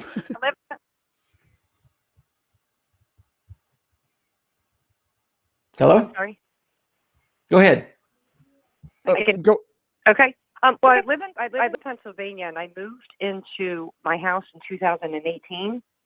But I will preface this by saying, when I first took a tour of the house to look at it, I definitely kind of picked up some energy. Like I just felt something, but I just didn't make much of it until after I moved in, when things started to really happen. I moved here with my then husband, I'm since divorced, and my young son. And within about a month of moving in, my son and I were out that day, and he was here by himself. The TV wasn't on, and I kind of have an open floor plan between the dining room and living room. And when I came home, he said, the weirdest thing happened to me. He's like, somebody called my name. I'm like, what are you talking about? He's like, I heard my name clear as bell. He's like, I got up, I looked at the door, I walked outside. He's like, nobody was out there. Okay. So I didn't think anything of it. And then over time, we would hear crazy noises and all of that. So he moved out, my brother moved in, and that's when the really crazy stuff started to happen.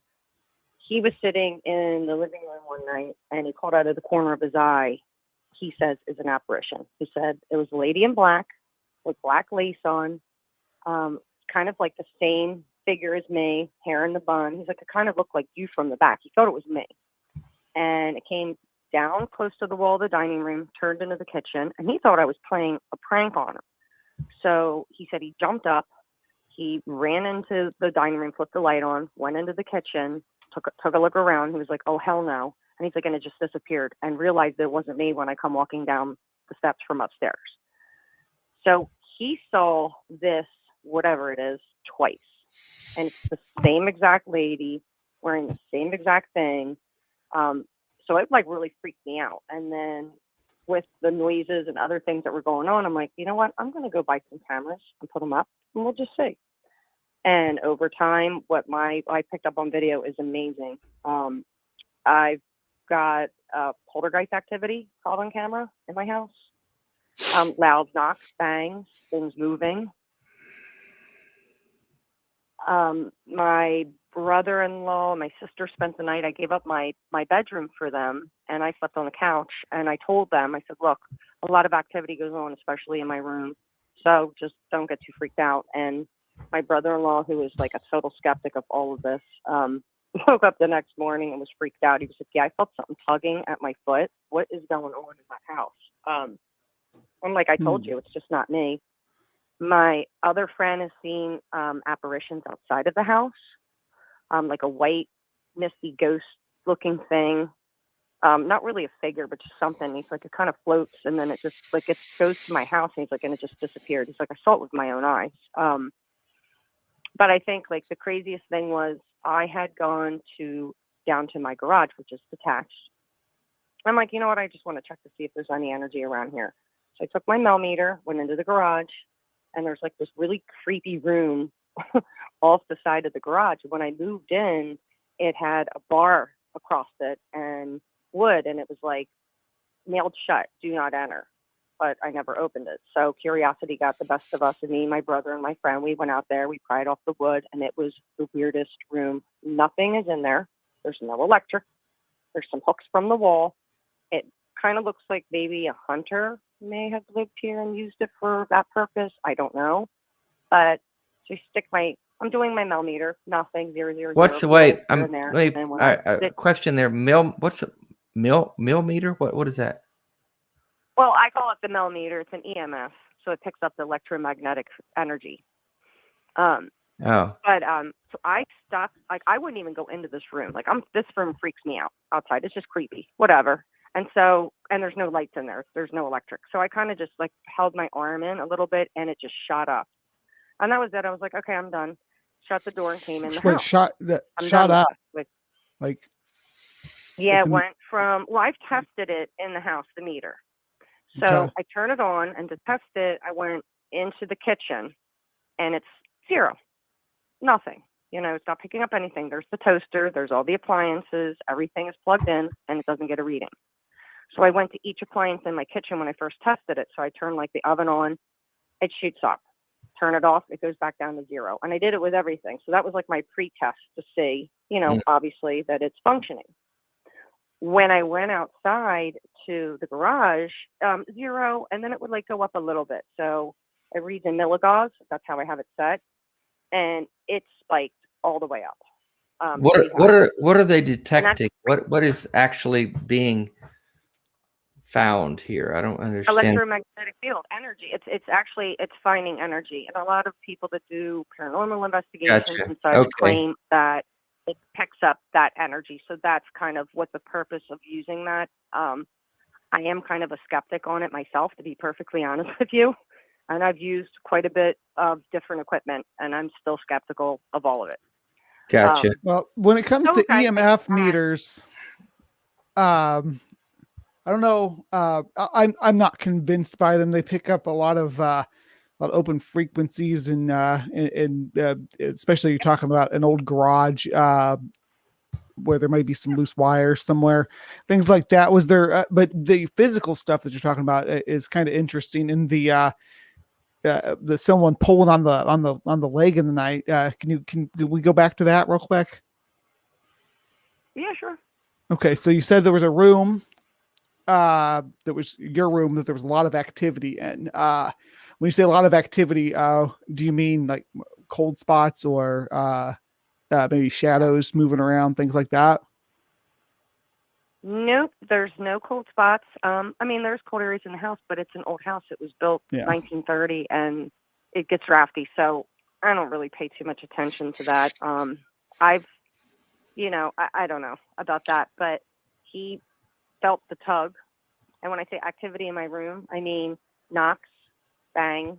So have you been on that Ghost Hunter show that they have on some? I think there's a. Have you been on some of those Ghost Hunter shows?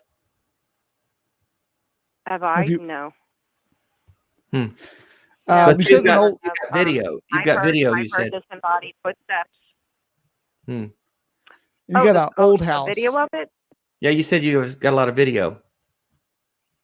Oh yeah, I put Wise cameras up in almost every room in the house. After my brother said he saw what he saw, and then going back to like my ex hearing his name, and then the clanks, and then there was just like other stuff. Like things were moving, things were making noises when especially in my room. Like for some reason in my bedroom is just off the chart. I wanted to catch it. I'm like, okay, if this is really happening and all these things are going on, I either need to find a logical explanation for it, right? Because that's where I'm going first. Right. So we would want to see some videos, right, Brian, Ethan? Yeah. Can you send us? Can you send us videos? You said it's an old house, though. Yeah, what's the plumbing like? Is there plumbing upstairs? Yeah.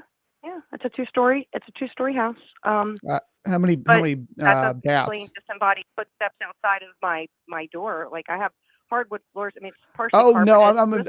Carpeted, but so my approach is, and I just want to make it clear, my approach is never to say I'm going to try to debunk you. I'm just what I'm looking for is are the because we want to rule out all the natural stuff first, right? I mean, that's before we delve into that. So I want to look into, and it's just like I was the coin drop thing. What's on the other side of that wall? I want to know.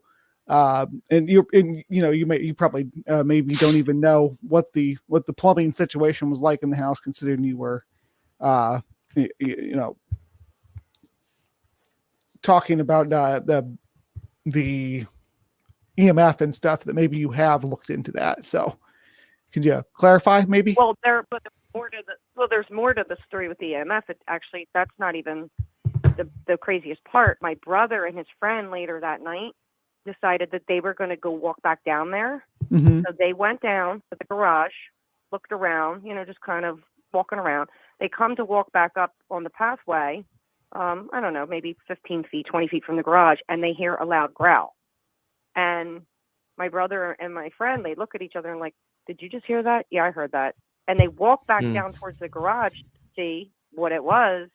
And they both said it did it again. And I'm like, okay, well, there's deer back there. They don't growl. There's foxes. They do not growl. The only thing that makes any sense in my brain logically is a dog. I said, could it have been a dog? Like a stray dog could have dogged. They're like, there's no way. It was very close to us, but nothing was there. And it wasn't an animal, but it wasn't a person. And they both freaked out and ran into the house. Like, I mean, they ran in here, and when they came in, they looked like literally they saw a ghost.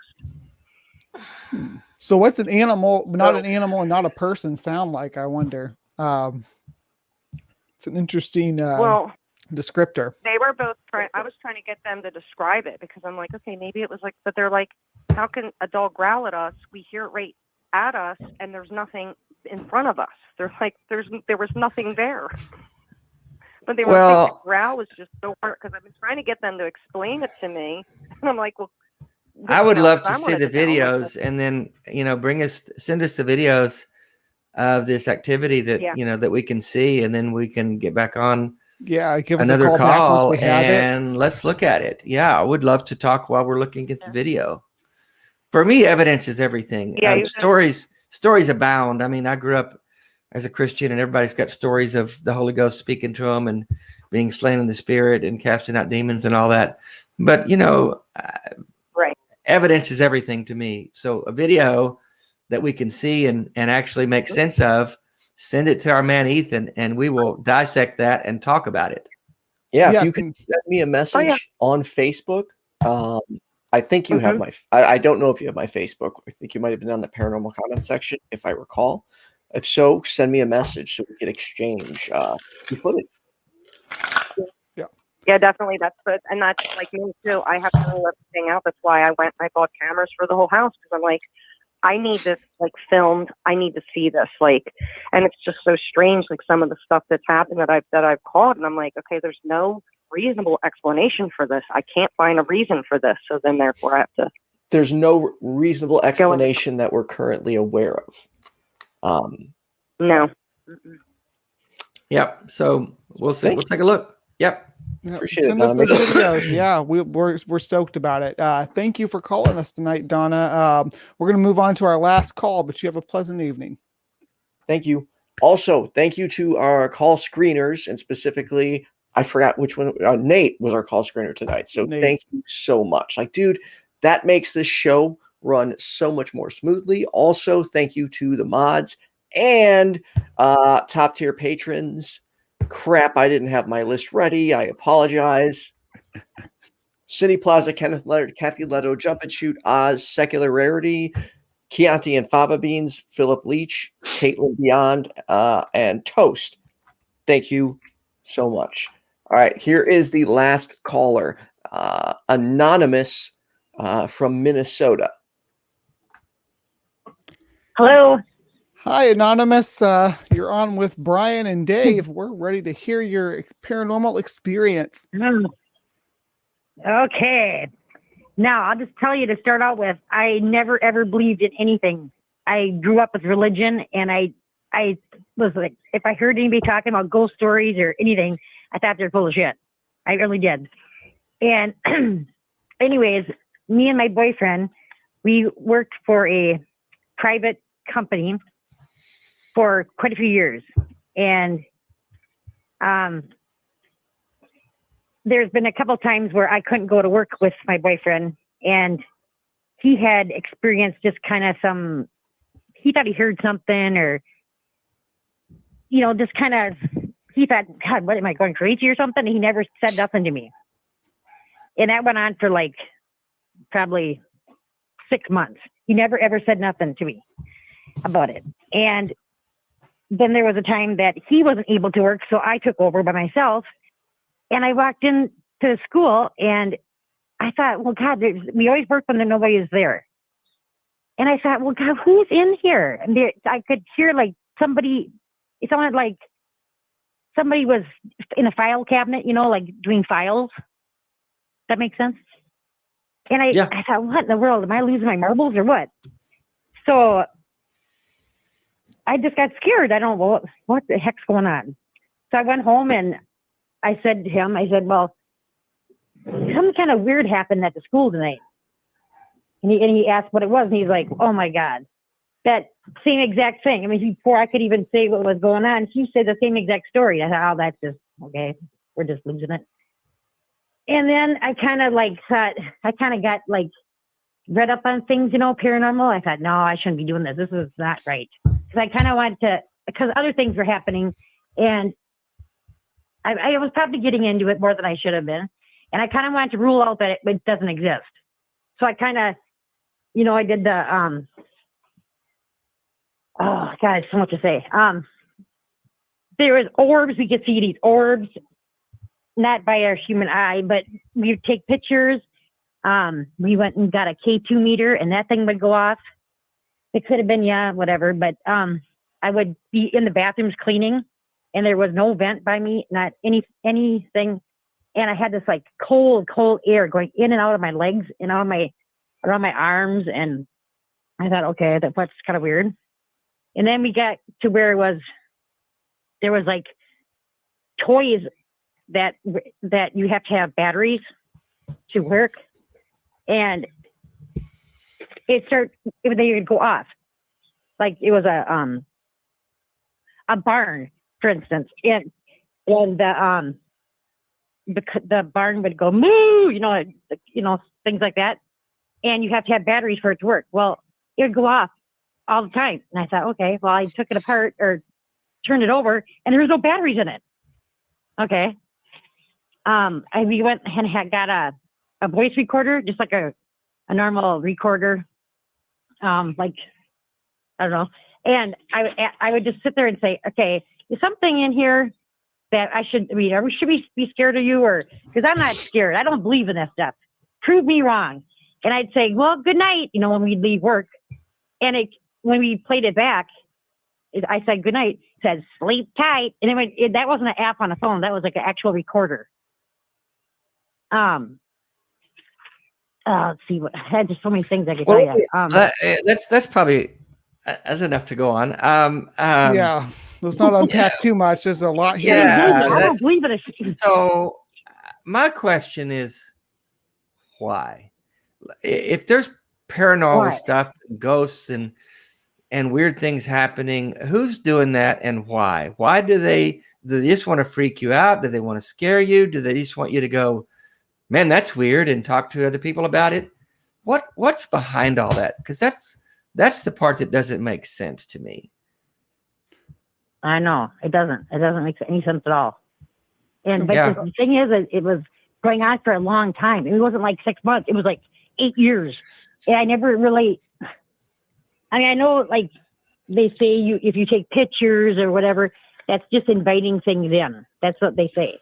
Are you familiar with the common explanation for like orbs and stuff though? I mean, you're familiar with that, that it's dust or, water, vapor in the air that's catching the light. Yeah. You're familiar with that. Light refraction explains that. Yeah. Yeah. But I mean, like, we would take a picture, like, say you're just a picture, and there's, like, say it's a classroom. We'd take just a normal picture of the phone, and you couldn't see nothing with your, just looking at, when you're in the room, but you look at your picture or your camera, and there would be, like, an actual face. Like, you could see, like, it would be, like, a lady from back in the, who knows when. I mean, you could literally see. I would love to see it. You need to send us these pictures and videos. Yeah, I don't think I can. I don't know if I can though, because I would get. I mean, if that's, I don't want to get sued or not. I mean, I seriously, I can totally prove it. No. You just shit your pants. I mean, seriously. Okay, I'd love to see these ghosts and things. I've never seen them. I've been wanting to tell somebody for many years. I mean, I keep hearing about it, but no one ever has pictures or videos. They say I've got them. It's kind of like the evidence after the elections. A lot of evidence coming out. You're going to see it soon. Yeah. I never see it. See it. Bring it. Did you take the pictures yourself? Yeah, I know, but this is just, huh? Did you take those pictures yourself? Yeah. Yep. And they show ghosts standing in the room. What's that? I'm interested. I'm really interested. I'd love to see them. I just don't ever see them. Okay. Is it like an apparition? Can you like see through it in this picture? What's the picture look like? Can we? It's never. I never see nothing colored. It's usually like, for instance, the pictures we took. A lot of times, it's like this little girl, and it's not a real. Like, you can't see color, like a red jacket or nothing like that. It's just a lot of times it's the same little girl that's in the picture, or it's this one lady's. You could see every wrinkle in her face. I mean, it's just, I can't explain it. Seriously, I know it sounds like I'm full of shit, but I'm not. It's just weird, really, really, really weird. And well, I know the that longer we work there, Ethan would love to see video and photographic evidence. We would love to have these things to look at while we talk. And, instead of saying, you can't believe it till you see it, I'd like to see it, and just, if you got it, bring it. Okay. I don't know. I never thought anything that this could be real. I did not believe in it. Me neither. Nothing. I mean, we got ghost adventures, and I thought they're so full of shit. They're like it's all fake. Everything is fake. And but I believe in God, and everything I read about, it can't exist. But it does. I don't know, and I don't think it has anything to do with. I don't know. People say they're psychic or gifted. I think they're full of shit too. But it does exist. I don't know. I can. It's just that it was my job, and I don't want to get in trouble because if somebody, Okay. You know what I mean? I don't want to get sued or nothing. And I can respect that. That is your job, and you can't share pictures of the inside of your workplace. That makes sense to me. I can respect that. However, it seems like always kind of what we run into is that like what Dave was saying, the evidence is just right out of reach all the time. That it's the pictures are we can't share them, or they were lost, or things like that. Seem to always follow up with after you hear so many versions of that same explanation, it begins to sound a little sketchy, and that's no disrespect to you. For sure. I know. When caller after caller says, "Yeah, I got video, but confidentiality, I can't show it," or "Yeah, I had the pictures, but can't find them," or "Yeah, we've got the proof, but we can't show you for various legal reasons," but trust me, it's real. Okay, no. Evidence is king. Evidence is king. And we would love to know for sure about these things. I would love to see a picture of an alien. I would love to see a picture of a ghost. I would love to talk to a ghost. Yeah. You know, let's do it. Let's have a party. But we never see the evidence. And that's after a while you kind of start going, nothing. No. Nothing Never. compelling. Oh my God.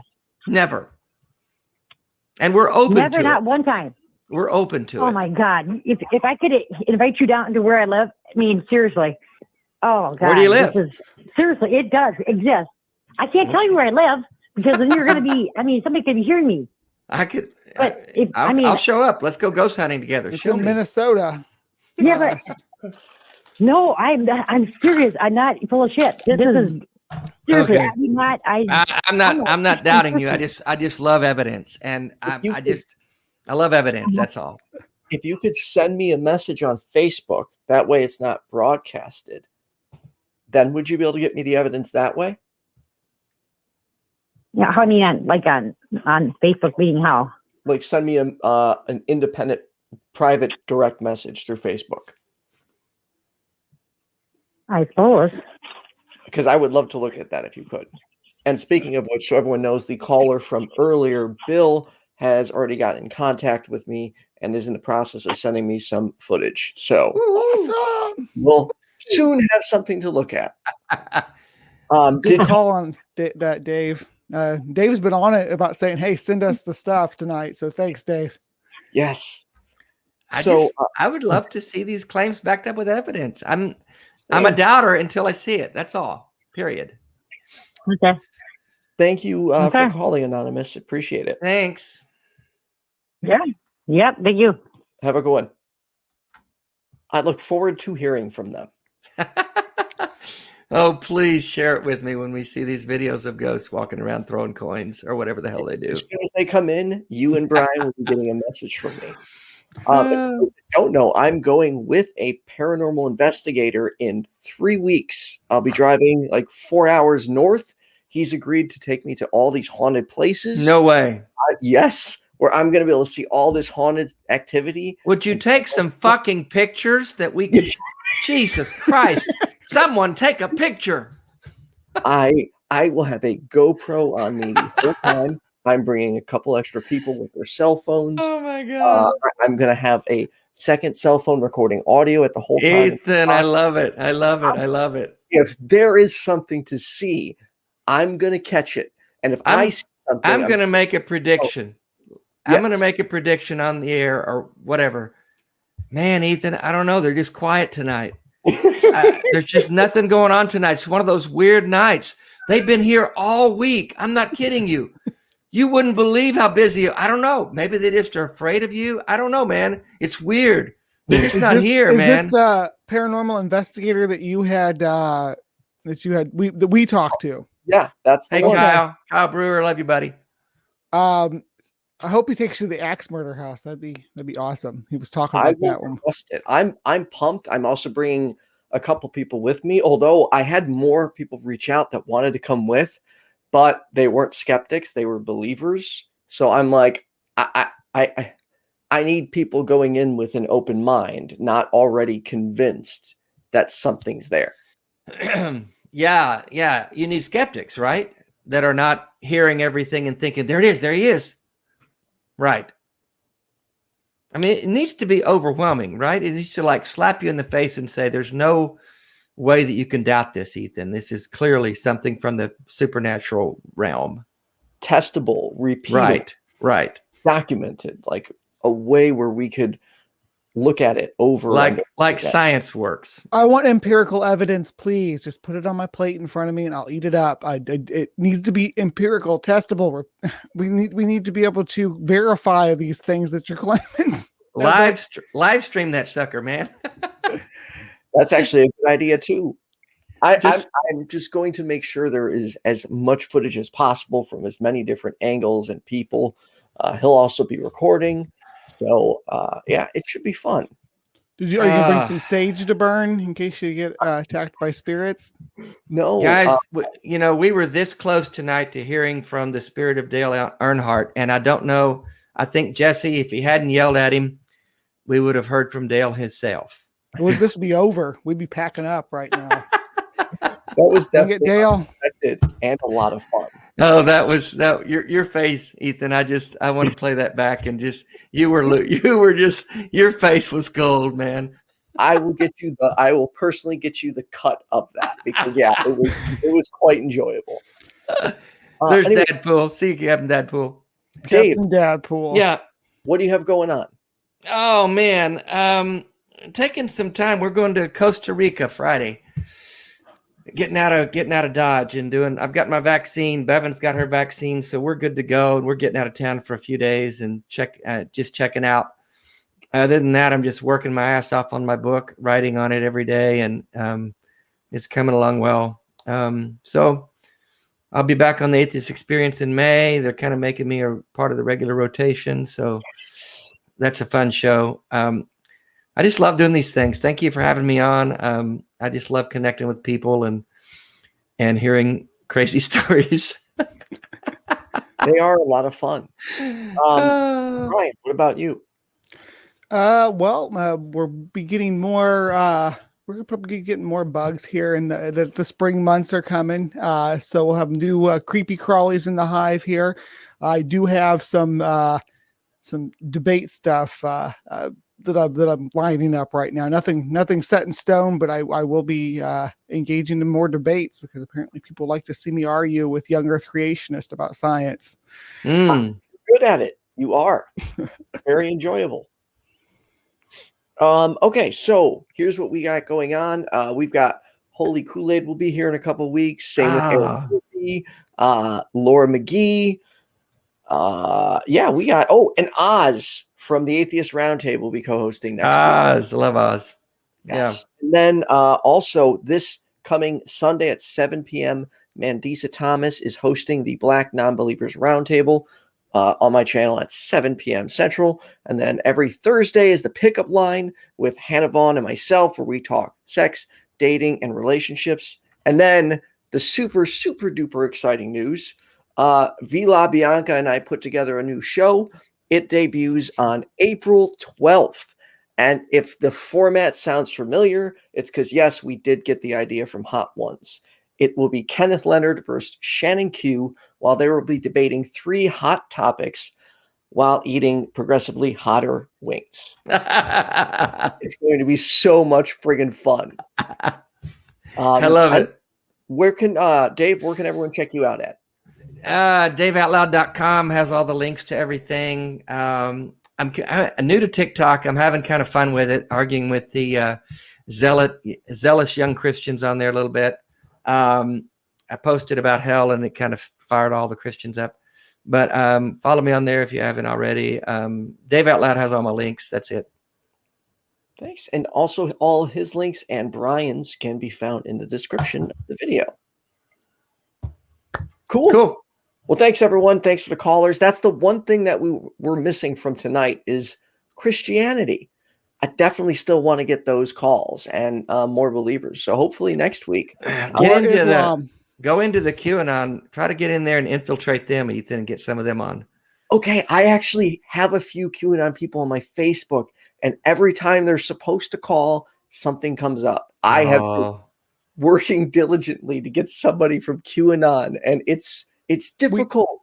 We do want to engage the conspiracy. We want to get to the bottom of why people have these beliefs, no matter if it's a ghost or that's stolen election or whatever, something going on in the bottom of in the basement of a Pizza Hut. We just want to understand. Yeah. Bye, Christian. Good to see you again. Yes, we will be safe and wear masks everywhere. Don't worry. Awesome. All right. Love you guys. Good night.